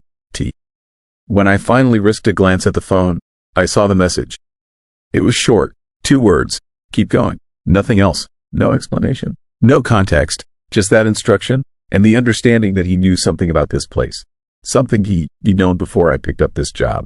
Something that had made him hire a stranger with no questions asked. Pay him $3,000 to drive a route that didn't follow normal rules of space and time. The nightmare stretched on for hours, or maybe minutes. Time had become unreliable. The light continued its slow descent into twilight, even though it should have been bright. My fuel gauge should have been lower than it was. My body should have been more tired than it was. Around what my clock said was 6 in the evening, I saw the first person. She was standing on the side of the road, just standing there, no vehicle, no equipment, no reason for a human being to exist in this place. She wore clothes that looked like they were from decades past. Her posture was strange, too still, too aware. As I approached, I saw her face. Her eyes followed my truck with an intensity that was horrifying. And I understood something that made the back of my neck burn with fear. She had been waiting for me. She knew I was coming. She had been standing in this exact spot, at this exact time, expecting my truck to pass by. And she was smiling. I pressed the accelerator harder, faster. The truck surged forward. In my mirror, I watched her recede into the darkness behind me. She didn't move. She didn't try to flag me down. She just stood there, watching me drive away, that impossible smile never wavering. Over the next stretch of highway, I saw more of them. Scattered along both sides of the road. Men and women in clothes from different eras. All standing perfectly still, all watching my truck pass. All waiting, all smiling. The horrifying realization crashed over me like cold water. They weren't waiting for me specifically. They were waiting for any vehicle, any driver stupid enough to take this road. They were collecting, gathering. The highway was a trap, and I was the latest catch. My phone buzzed again. Another message from the contractor. Almost at the facility. When you see the gates, do not stop. Do not slow down. Drive through. Keep driving until you see civilization again. Do not look in your mirrors. But then came another message from an unknown number. We're waiting for you. The facility appeared around mile 180. It wasn't the mining operation. I didn't know what it was. A complex of buildings surrounded by chain link fence, searchlights sweeping across empty ground. And at the gate, people. Dozens of them, all in uniforms that looked government issued, all facing the highway, all watching. For a moment, I considered stopping. Maybe these were real people. Real help. Maybe the contractor had sent them. Maybe there was a rational explanation for all of this. But then I saw their faces, and I understood that the people standing on the road had been the normal ones. These beings at the gate were something else entirely. I didn't slow down. I didn't open the gates. I drove straight through the chain link barrier. The truck hit it at 60 miles per hour. Metal screamed. The fence gave way. Behind me, I heard nothing. No alarms. No sounds of pursuit. Just silence. The horrifying part was that the highway continued on the other side of the facility. The terrifying darkness didn't end there. It kept going, mile after mile after mile. I drove for what felt like hours. The sun was fully set now, but there was no true darkness. A strange, eerie twilight had settled over everything. A gray light that seemed to come from nowhere, from everywhere. And then, suddenly, the landscape changed. I came around a curve and saw trees, real trees, the kind that grew naturally. And ahead of me, lights, a gas station, a small town materializing out of the nowhere like a hallucination becoming real. I burst through the outskirts doing 80 miles per hour. A person on the sidewalk dove out of my way. I didn't stop at the gas station. I kept driving through the small downtown, and after what felt like forever, I saw it. A state police station. I slammed on the brakes and stumbled out of my truck. The officer who came out to meet me took one look at my face and knew something was terribly wrong. I told him everything. The highway, the time distortion, the people standing on the road, the facility, the beings at the gate, everything. He listened carefully, then he did something that made my blood run cold. He asked me which direction I'd been coming from. I told him north, the Dalton Highway. The facility was about 100 miles back. He said that was impossible. The Dalton Highway went north from Fairbanks, but we were north of Fairbanks, and there was no facility on that highway. And there was certainly no facility that matched my description. Then he asked me what year I thought it was. I told him 2024. The current year. He said it was 2024. But according to his records, I'd been reported missing 18 years ago. A truck driver who picked up a hauling job and drove north on the Dalton Highway and never returned. They called my family, searched for me, filed a missing persons report that was never resolved. According to the records, I was dead. listed as presumed deceased for more than a decade and a half. I looked at my hands. They were the same hands. My watch still showed the time I left Fairbanks that morning. According to my body, according to my perception, only a few hours had passed. But the officer was showing me files, photographs of the search efforts, news articles from 18 years ago, my own obituary. 18 years. I had aged maybe a few hours. The world had moved forward almost 2 decades while I drove north on a highway that didn't follow normal rules of space and time. The facility I'd seen, the officer told me, didn't exist on any official records. But there were rumors, strange projects, things the government didn't acknowledge, places where normal rules didn't apply. And the highway. The Dalton Highway was known for stories, urban legends, missing persons, drivers who reported time distortion, people who emerged decades after they vanished, unchanged by the passage of years. Nobody could explain it. Nobody wanted to investigate too closely. The officer asked me if I wanted to report my truck, file an official statement, try to get answers. But I knew the truth. The truth was more terrifying than any monster. The truth was that there were places in America where normal rules didn't apply, where time could be bent and twisted, where government agencies conducted operations beyond public knowledge, where people disappeared and emerged as if no time had passed. Their minds intact, but their world fundamentally altered. The contractor had known. That's why he hired a stranger. That's why he paid so much money. He was running supplies to a facility that existed outside normal space and time. And he needed drivers who wouldn't ask questions. I had asked no questions. I had simply driven forward into darkness. And I had emerged 18 years later, unchanged, into a world that had moved on without me. The terrifying part wasn't what I experienced on that highway. The terrifying part was understanding that somewhere, right now, another truck is driving north on the Dalton Highway. Another driver is experiencing the same impossible things. Another person is making the same choice between turning back and going forward. And 18 years from now, they'll all emerge in a town they've never seen, into a decade they can comprehend. Their families long dead, their lives completely erased, and there's nothing anyone can do to stop it. Because the highway is still there, still hungry, still waiting for the next driver foolish enough to take that job and ask no questions. Story 8. Battery that counted down to nothing. The battery on my phone dropped from 73% to 12% in less than 4 minutes, and I hadn't even touched it. That's when I knew something horrifying was happening that I couldn't explain. I am a telecommunications engineer. I understand how batteries work, how power drains, how devices consume energy. What I watched happen to my phone that night in the Alaskan wilderness violated every principle of technology I spent 20 years learning. And the creepy part, the truly unsettling part that still gives me nightmares, is that the battery wasn't just dying. It was counting down to something. This happened last November during a routine inspection of cell towers in the remote regions outside Anchorage. My company had received complaints about signal dead zones in areas that should have had coverage. My job was to drive to each tower, run diagnostics, and figure out why entire sections of highway had gone dark. No cell signal, no data, nothing but eerie silence where voices should have traveled. The first 3 towers checked out fine, equipment functioning normally, signals broadcasting at proper strength. But the complaints persisted. People reported their phones dying in specific locations, batteries draining with terrifying speed, devices shutting down even when fully charged. The pattern was disturbing enough that my supervisor sent me to investigate personally.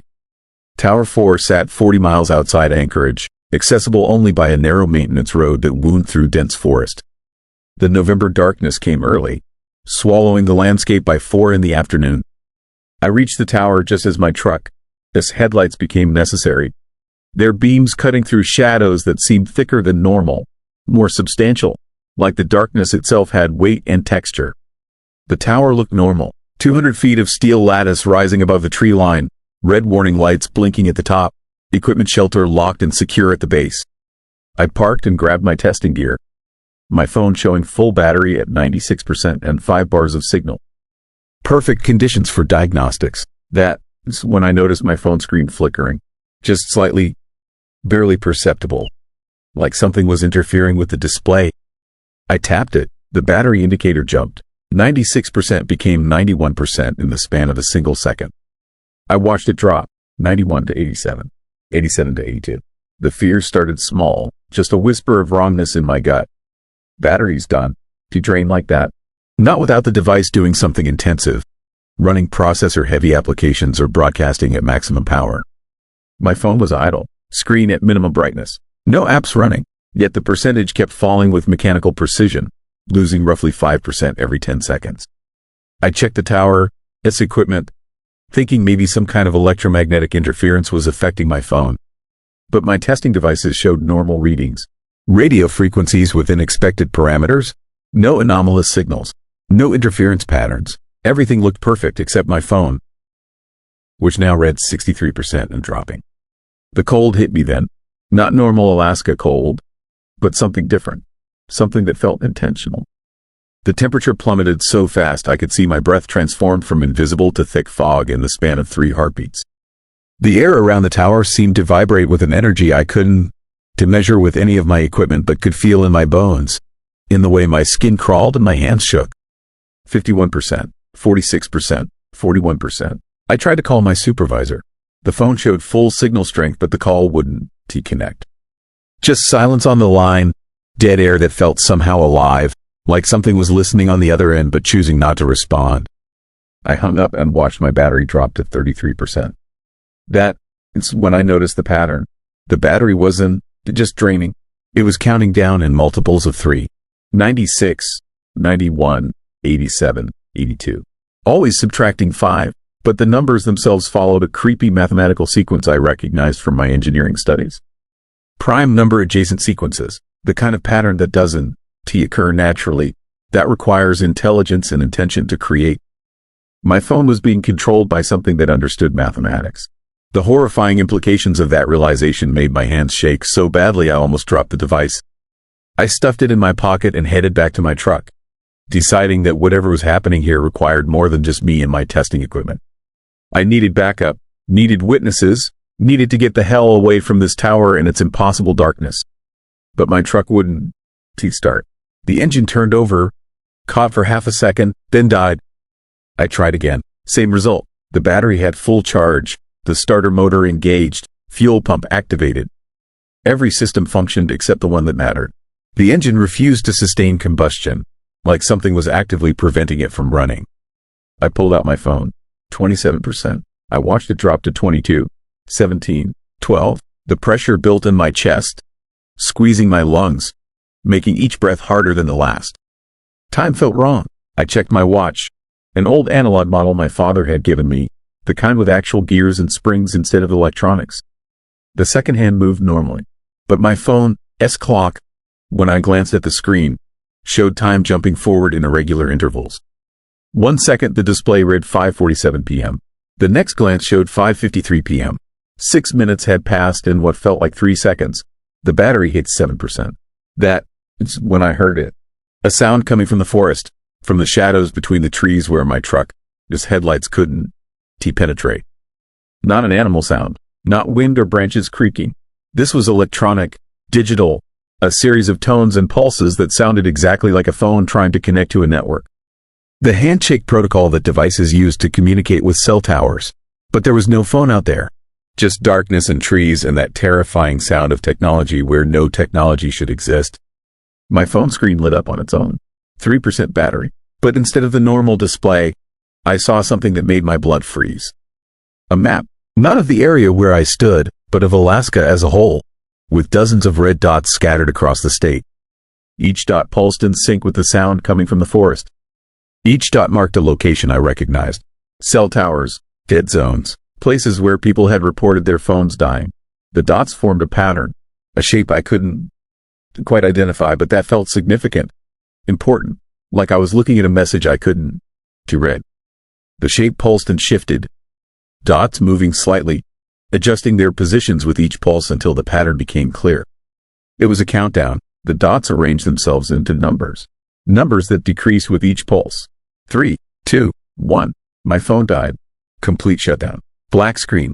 No power. The device went from 3% to absolutely nothing in an instant. And the moment it died, the sound from the forest stopped. The crushing pressure in my chest released. The unnatural cold retreated. The darkness seemed to thin slightly, becoming normal night instead of that suffocating, sentient shadow.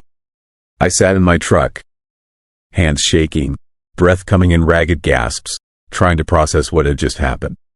My testing equipment still worked. My watch still ticked, but my phone was dead, completely unresponsive, as if something had drained not just the battery but the device, its essential ability to function. The truck started on the first try. I didn't question it. Didn't try to understand. I just drove, tearing down that maintenance road faster than was safe, branches scraping my truck, sides, rocks pinging off the undercarriage.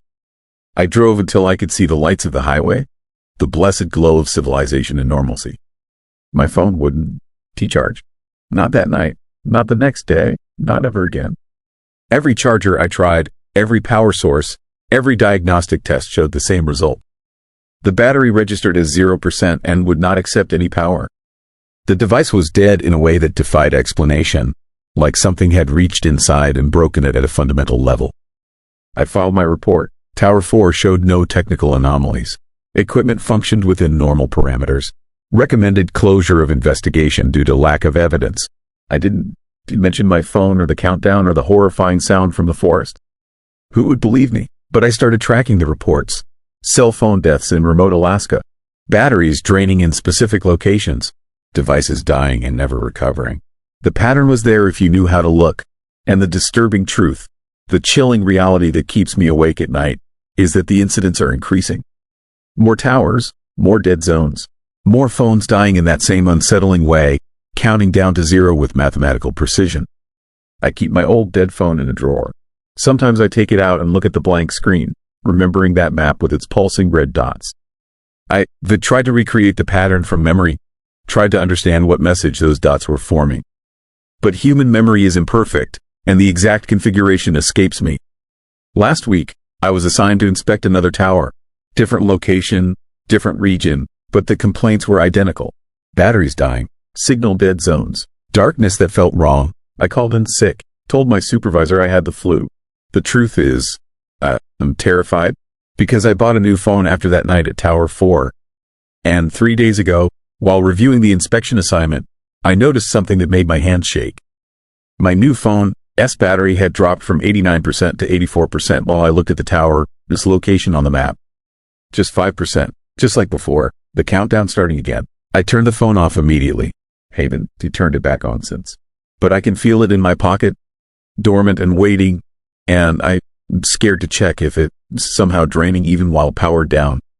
Scared that when I finally do turn it on, I'll see that map again with its red dots pulsing in the darkness. The horror of it, the truly nightmarish reality, is that I don't know what happens when the countdown finishes. My phone died at 1%, but what if it is supposed to reach 0? What if all these devices across Alaska are counting down to the same moment, synchronized by whatever intelligence controls them? I started seeing other people checking their phones with increasing frequency, watching their battery percentages with growing anxiety. In coffee shops, on buses, walking down the street, everyone constantly monitoring their power levels, feeling that same creepy pressure when the numbers drop faster than they should. We're all counting down to something. Our devices are preparing for an event we don't understand. And the most disturbing part, the detail that fills me with existential dread, is that cell towers are receivers and transmitters. They don't just broadcast signal. They listen. They collect data. They map our locations with terrifying precision. Whatever is using the towers to drain our phones knows exactly where each of us is at any given moment. It's been tracking us through the very devices we carry everywhere, building a map of human presence across the entire state. And when the countdown reaches 0, when every phone dies simultaneously in one coordinated event, I think we're going to discover what has been hiding in Alaska, this dead zones all along. What has been waiting in the darkness beyond cell signal, patient and calculating, counting down the seconds until it can finally reveal itself. My new phone sits in my pocket, powered off but somehow still alive. I can feel it like a weight, like a ticking clock attached to my body. And I know that eventually I'll have to turn it on. Eventually I'll need to make a call or check a message or look at a map. And when I do, I'll see the battery percentage. I'll watch it start to fall with that same horrifying mathematical precision. The countdown will resume, and this time, do you think I'll be able to stop it before it reaches zero? The question that haunts me, that fills every nightmare, is simple. What happens at zero? What event are we counting down to? And why does something in the Alaskan wilderness need our phones to die before it can truly begin? Story 9. Signal. I was supposed to be dead, but my phone had service in a place where nothing should exist. That's the only way I can explain it now. Not that I was dead, exactly, but the fact that my cell phone suddenly showed 5 bars of signal in the middle of the Alaskan wilderness, in a location that made absolutely no sense, was the first sign that something had gone terribly, horrifyingly wrong. Reception doesn't come back in the wrong places. It shouldn't. But it did. Let me back up. This started 3 weeks ago when I decided to take a solo camping trip through the Denali backcountry. I am a normal guy, 48 years old, work in software development back in Portland. Divorce had just gone through, and I needed to clear my head. So I booked time off, rented a truck, and drove up to Alaska to hike into the wilderness and be alone with my thoughts. Nothing fancy, nothing dangerous, just a man in the forest for 10 days. The first 4 days went fine. Beautiful, actually. I hiked through valleys, camped by cold streams, and felt my anxiety slowly drain away into the endless landscape. My phone had no signal, which was exactly what I wanted. No work emails, no texts from my ex-wife, Miss Lawyer. Nothing but me in the mountains and the eerie silence that comes from being completely isolated. On the 5th day, I made my mistake. I took a wrong turn at a fork in the trail. My map was old, printed from a website that might have been updated 5 years ago, and the landmarks I was looking for didn't match reality. Instead of heading toward Eagle Pass, I went south. By the time I realized my error, I walked 8 miles in the wrong direction.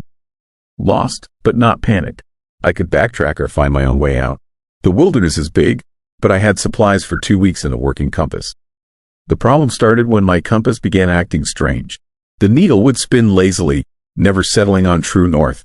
Then it would point in random directions like it was confused, or like something magnetic was interfering with it. I tried tapping it, recalibrating it.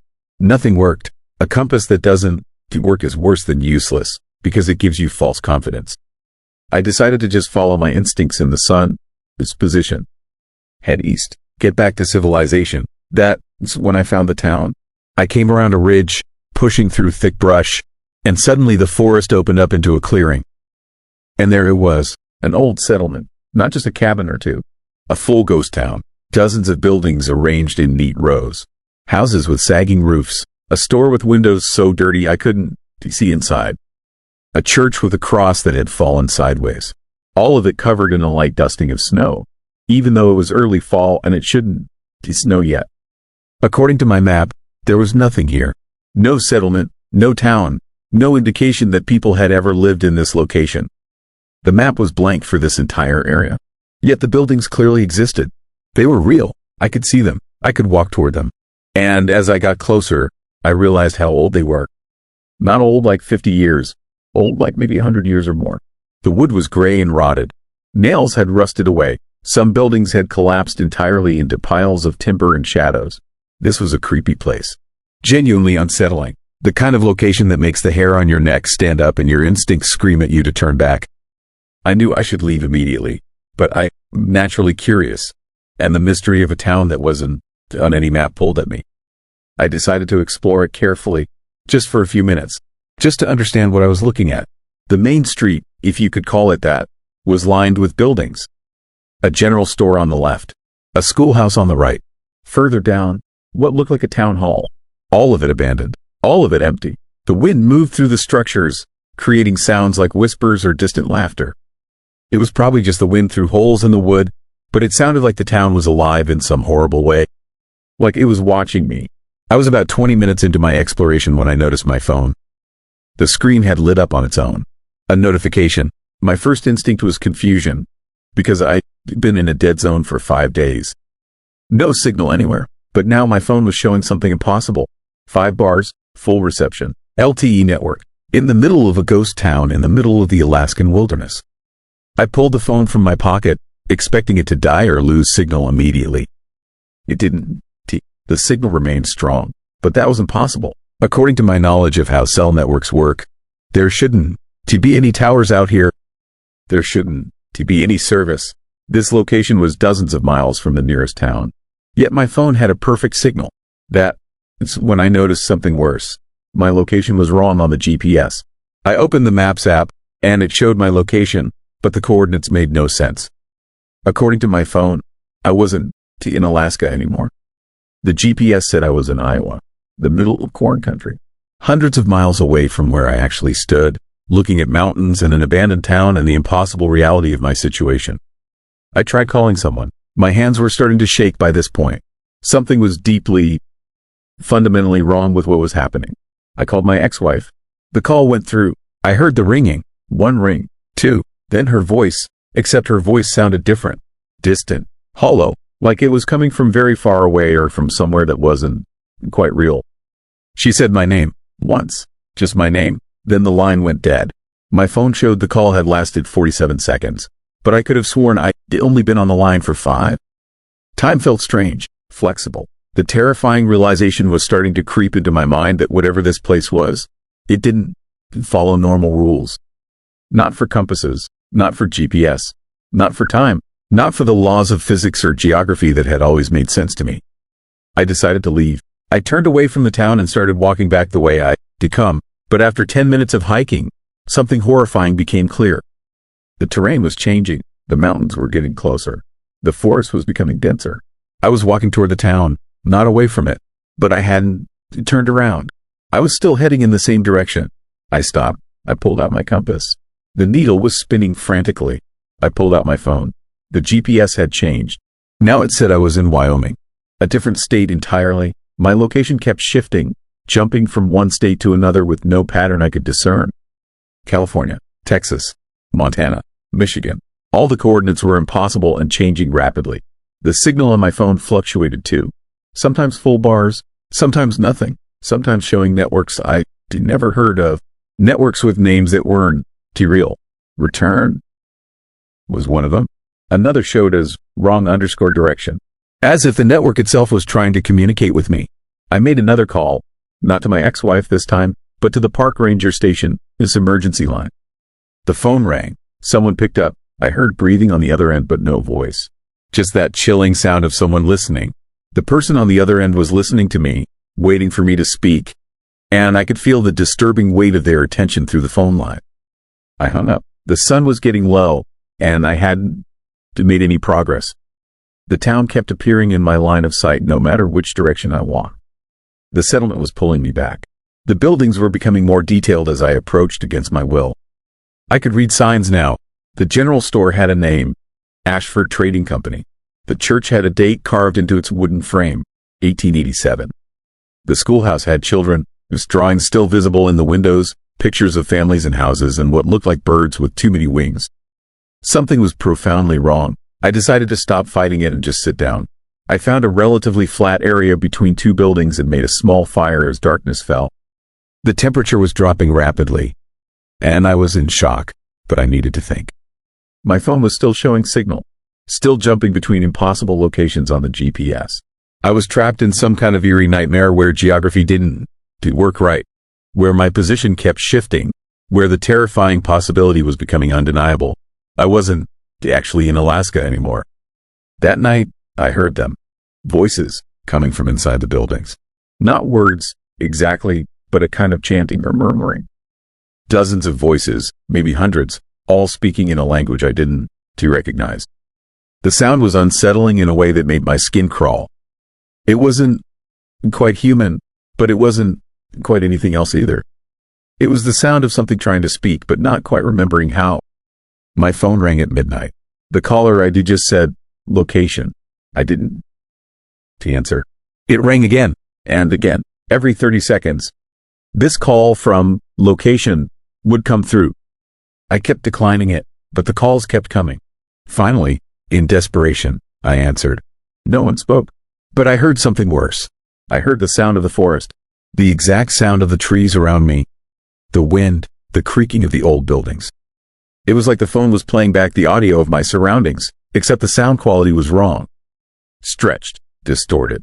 Like the sound had been recorded from very far away, or recorded incorrectly, or recorded by something that didn't. Do you understand how sound actually worked? Then I heard my own voice. But it wasn't me talking. It was my voice saying things I never said, telling stories I never lived. The voice was describing a life that wasn't to mine, memories that weren't too real. And as I listened in horror, I realized what was happening. My phone was receiving a signal, but not from any tower. It was receiving information about me, my location, my identity, my existence, and whatever was on the other end of that signal was receiving it too. I turned off my phone. The moment the screen went dark, the voices stopped. The terrifying chanting that had been coming from the buildings cut off like someone had flipped a switch. The silence that followed was somehow worse than the noise. It was the silence of something that had been interrupted.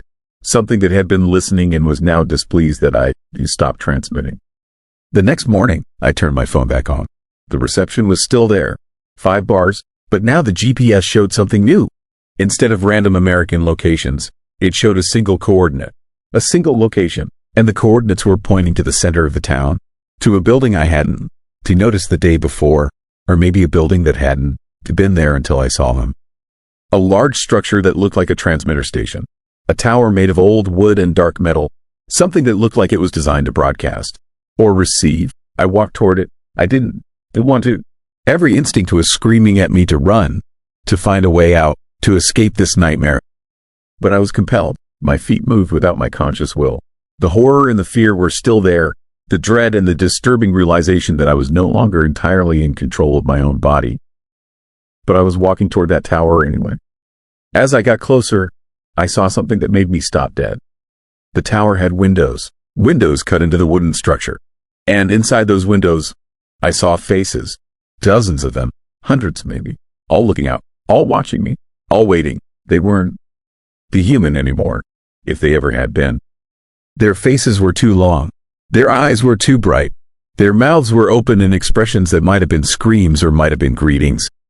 These were people, or what had once been people, and they were trapped inside this tower. Trapped and converted into something else, something that could receive and transmit signals. My phone rang. Location was calling again. But this time, when I answered, I understood what it was trying to tell me. The word location wasn't a name. It was a description. It was telling me that I was now being located. I was being identified. My signal was being triangulated. And in the moment I picked up that phone in a place that didn't exist. In the moment I made a call from a location that made no sense. I had broadcast my existence to whatever was here. And now it knew exactly where I was in both space and time. The faces in the tower all turned to look at me at the same time. I ran. I don't remember running, but I must have, because the next thing I knew I was back in the forest. The town had disappeared, or I had somehow gotten past it. Trees surrounded me. Real trees, or at least trees that looked real. My phone was still in my hand. The signal had dropped to 3 bars, then 1 bar, then nothing. My location suddenly showed Portland. My apartment, home. The compass was pointing normally. East, north, directions that made sense. I kept running. I found the trail 3 hours later, a trail I recognized from my first day. I hiked it in a panic, moving as fast as I could, expecting to find the town at every turn, expecting my phone to light up again, expecting those faces to appear in the darkness. But they didn't. I made it to my truck and drove away from Alaska, back toward Seattle, back toward civilization, back toward the world where things made sense and GPS coordinates matched reality. I drove for 16 hours without stopping except for gas. My hands shook the entire drive. I reported what happened to the rangers. They sent a team to investigate. They found nothing. No town, no tower, no signs that anything existed in that location except forest. The coordinates I gave them corresponded to a dense wilderness area with no settlements, no people, and no indication that any town had ever stood there. They ran tests on my phone, looking for signs of unusual network usage or hacking. They found something that disturbed them, though they were reluctant to explain what it was. The technician who examined my phone said one thing that still haunts me. There is evidence of data transmission from your phone to locations that don't exist on any cellular network map. It's like your phone was in contact with something offline, something that was creating its own network. I've been home for 2 weeks now. My phone still occasionally shows signal bars even in my apartment. where I have perfect Wi-Fi. Sometimes my location data is wrong, just for a second, just enough to show me in another state before correcting itself. My GPS jumps sometimes. Not far, but noticeable. Last Tuesday, it showed me in Iowa for exactly 47 seconds before snapping back to Portland. The terrifying truth I've come to understand is that whatever is in that town, it has my signal now. It has my location. It has my number in a very literal sense. And the horrifying part is knowing that I'm not the first person it is found. The faces in the tower weren't just random people. Some of them I recognized. I saw my old college roommate. I saw a girl who went missing from Anchorage 5 years ago. I saw people who had been missing from all over the country for decades. They were all in that tower, all still broadcasting, all still being found by lost hikers who wander into the wrong part of the forest at the wrong moment and make a call from a location that shouldn't exist.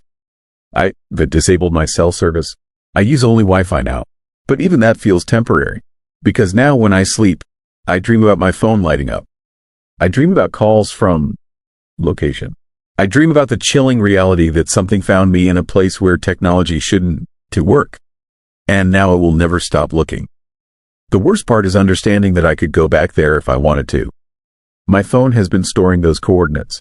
They update sometimes, the location shifts, the town moves, and I know, with a certainty that fills me with dread, that I could follow those coordinates back to that eerie place between states and realities. Back to the tower, back to those waiting faces. And the creepy truth is, I am not entirely sure I'm still in the place I think I am. I am not entirely sure that my phone is showing me my real location anymore. Sometimes I catch myself in reflective surfaces, and I am not sure that is actually me looking back. The disturbing possibility grows stronger every day that something in that tower is now broadcasting as me. Creating a copy, a signal that pretends to be human and walks around Portland. Going to work, living a life, waiting for other lost people to call. My phone just buzzed, a text from an unknown number. It just says, "We miss you." The timestamp shows it was received from my own apartment, even though I'm here alone. The phone number it came from is my number. The sender has my location. And in the most chilling moment yet, I realize that whatever came out of that tower might have already taken my place in the world. I am about to check my location on the GPS. I'm terrified of what it will say. Story 10. Phone was useless after that night. What if the most dangerous thing wasn't what you saw, but what your phone refused to show you? I learned that lesson in the worst way possible. My name is David. I am 52 years old. And I spent the last 2 weeks of my life terrified of the one device that was supposed to keep me safe. That phone, that useless, lying piece of technology, almost got me killed. Or worse. I am still not entirely sure what worse would have been, but I can tell you with absolute certainty that I felt it waiting in the darkness. It started on a Friday night when I decided to drive through Alaska alone. I had just retired from a construction company in Anchorage, and I wanted to clear my head before the reality of having all this free time set in. The Dalton Highway seemed like a good idea at the time. Scenic, isolated, a chance to be alone with my thoughts. That was before I understood what isolation really meant. What it felt like to be completely disconnected while something was trying desperately to connect with you. The phone had full signal when I left town. I remember checking it obsessively as I drove north. That habitual gesture we all do now, the compulsive need to stay tethered to the world. But the signal bars began to fade the moment I passed the last gas station. Within an hour, there was nothing. Complete cellular darkness. The kind of no signal situation that should feel liberating but instead felt like the earth had swallowed me whole. That's when the phone started acting strange. First, it was small things. The screen would light up on its own, just for a fraction of a second, showing nothing but darkness. No notification, no reason, just black and then black again. I told myself it was a malfunction, a glitch in old electronics. My phone was 3 years old, a bit weathered, nothing fancy. Easy to explain away, but my hands started shaking anyway. I was driving through the most unsettling landscape I'd ever seen. The highway stretched ahead like a throat, swallowing my truck whole. Dense forest pressed against both sides of the road. Trees so thick they seemed to absorb light rather than reflect it. The sky was overcast and gray, even though it was only late afternoon. An eerie, suffocating atmosphere that made it hard to breathe.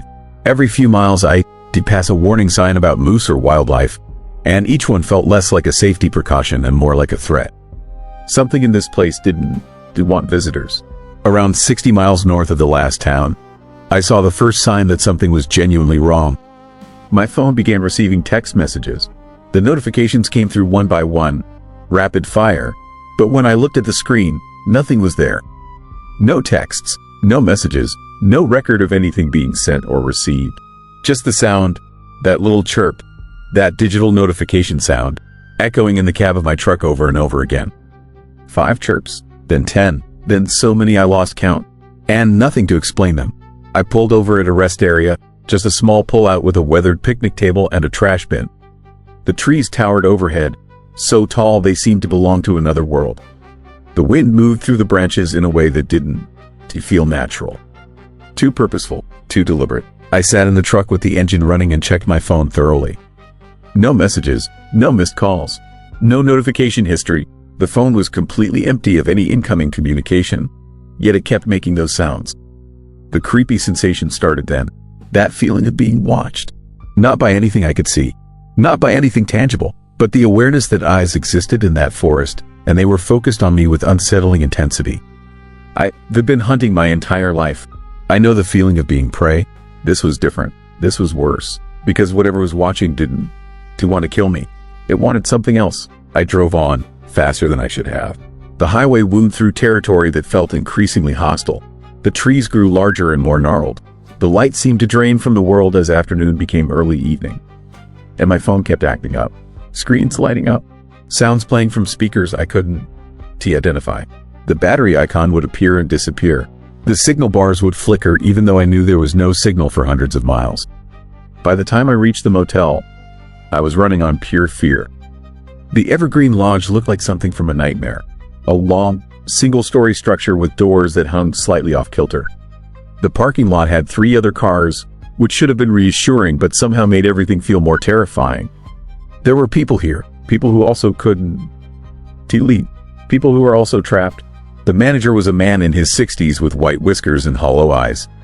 He didn't ask any questions when I checked in, just handed over the key and looked at me with an expression that suggested he recognized something in my face. He had seen the fear before, many times. The room smelled like mildew and old cigarette smoke. I locked the door immediately and moved the chain lock into place, a gesture that felt absurdly pointless. Whatever was hunting me existed outside the laws of ordinary threat. A chain lock would stop nothing. I sat on the bed and finally looked at my phone properly. The screen was cracked now. I have no memory of it cracking. I had never dropped it, never thrown it, never done anything that would damage it. But there it was, a spider web of fractures spreading across the glass, radiating from a central point like something had struck it from inside. And the cracks were spreading as I watched, slowly, deliberately, growing longer with each passing second. This was the moment when I should have thrown the phone away. Should have left it in the motel room and never looked back. Should have bought a new phone in the next town and accepted the loss. But I was transfixed. I couldn't look away, because in that cracked screen, I could see something reflected in the glass. A figure, standing behind me. I spun around. The room was empty, but when I looked back at the phone screen, the figure was still there. Still standing behind me, getting closer. The cracks in the glass were spreading faster now, and with each new fracture, the image became clearer. A shape, a form, something that almost looked human but had too many angles, too many sharp edges, something that existed in the world of the phone in a way it didn't exist in the real world. I threw the phone across the room. It landed on the tile floor of the bathroom and went silent. No chirps, no sounds, no lights, just complete, terrifying silence. I tried to sleep, but sleep wouldn't come. Every small sound made me jump. The wind outside sounded like something breathing. The pipes in the walls sounded like something moving through the building. And every hour, like clockwork, I heard the notification sound. That same digital chirp, coming from the bathroom. The phone was still making sounds even though I'd thrown it as hard as I could. By morning, I had decided to leave. I would skip breakfast, skip everything, and drive south as fast as possible. I would get back to civilization, to people, to places where technology worked the way it was supposed to work. But when I picked up my phone from the bathroom floor to delete all the corrupted files and reset it, I noticed something that made my stomach turn to ice. The screen had repaired itself. The cracks were gone, completely. The glass was smooth and whole and intact. It was impossible Phone screens done to heal themselves. But here it was, perfect and pristine, as if nothing had ever damaged it. And the shape I had seen reflected in the cracked glass, that impossible figure, was nowhere to be found. But it had been there. I knew it had been there. I checked out immediately and drove south. I drove for 12 hours straight, stopping only for gas, trying to outrun whatever that motel represented. But my phone kept acting up the entire time. The GPS would show me driving in directions I wasn't going. The battery percentage would jump from 2% to 90% for no reason. Text messages would arrive from phone numbers that didn't exist. Notifications from apps I had never installed would pop up and disappear. I stopped trying to use the phone after the first day. By the second day, even looking at it made me feel sick. By the third day, touching it felt wrong in a way I couldn't describe. Like I was contacting something that shouldn't be contacted. The device felt hostile, aware, conscious in some twisted way that violated every rule of how electronics were supposed to work. I arrived back in Anchorage a broken man. The first thing I did was take my phone to an Apple store. I wanted them to tell me I was crazy. I wanted them to explain the mysterious texts and the impossible repairs and the notifications from nowhere. I wanted them to give me a rational explanation. The technician looked at the phone for exactly 30 seconds before sliding it back across the counter and telling me he had never seen anything like it. He didn't explain what he meant by that. He didn't offer to fix it.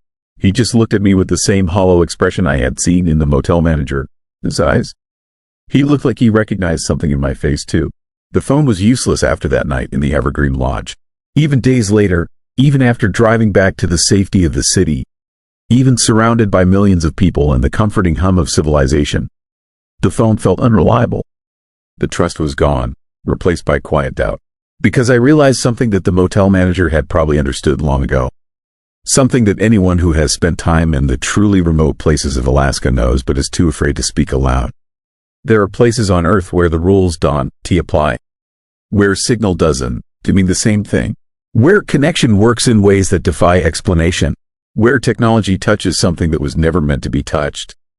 And once you've felt that touch, you can never be completely sure about anything again. I threw the phone away last week, smashed it with a hammer and put the pieces in a dumpster 3 blocks from my house. But I can still hear it sometimes, in the quiet moments before sleep, in the background of phone calls with friends. That digital chirp, that notification sound, as if it's still trying to reach me from wherever broken things go. My sister bought me a new phone. I don't use it much. I check it compulsively, the way I used to, but there is always this creepy sensation that I shouldn't. That reaching for it, trying to connect with the network, trying to feel linked to the wider world, is a mistake I made once and almost paid everything for. Last night, I got a text message from an unknown number. 4 words that turned my blood to ice. We never left you. I don't know how that message arrived. I have no signal in my house. That number doesn't exist in my contacts. But it was there, on my screen, and when I looked at the glass, I could see that figure again. Reflected in the surface, getting closer, the eerie darkness of that Alaskan highway, the haunted feeling of being watched, the terrifying realization that some connections can be broken, no matter how far you run. They rewoven into the device itself, into the technology we trust with our lives.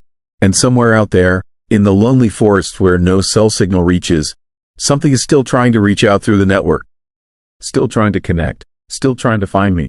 And now that it has my number, I don't. Do you think it will ever let me go? These stories don't end when the phone reconnects. They stay with you every time your screen goes dark. Subscribe to Midnight Whispers Stories now, because one night, the signal will fail again, and you'll want to be ready.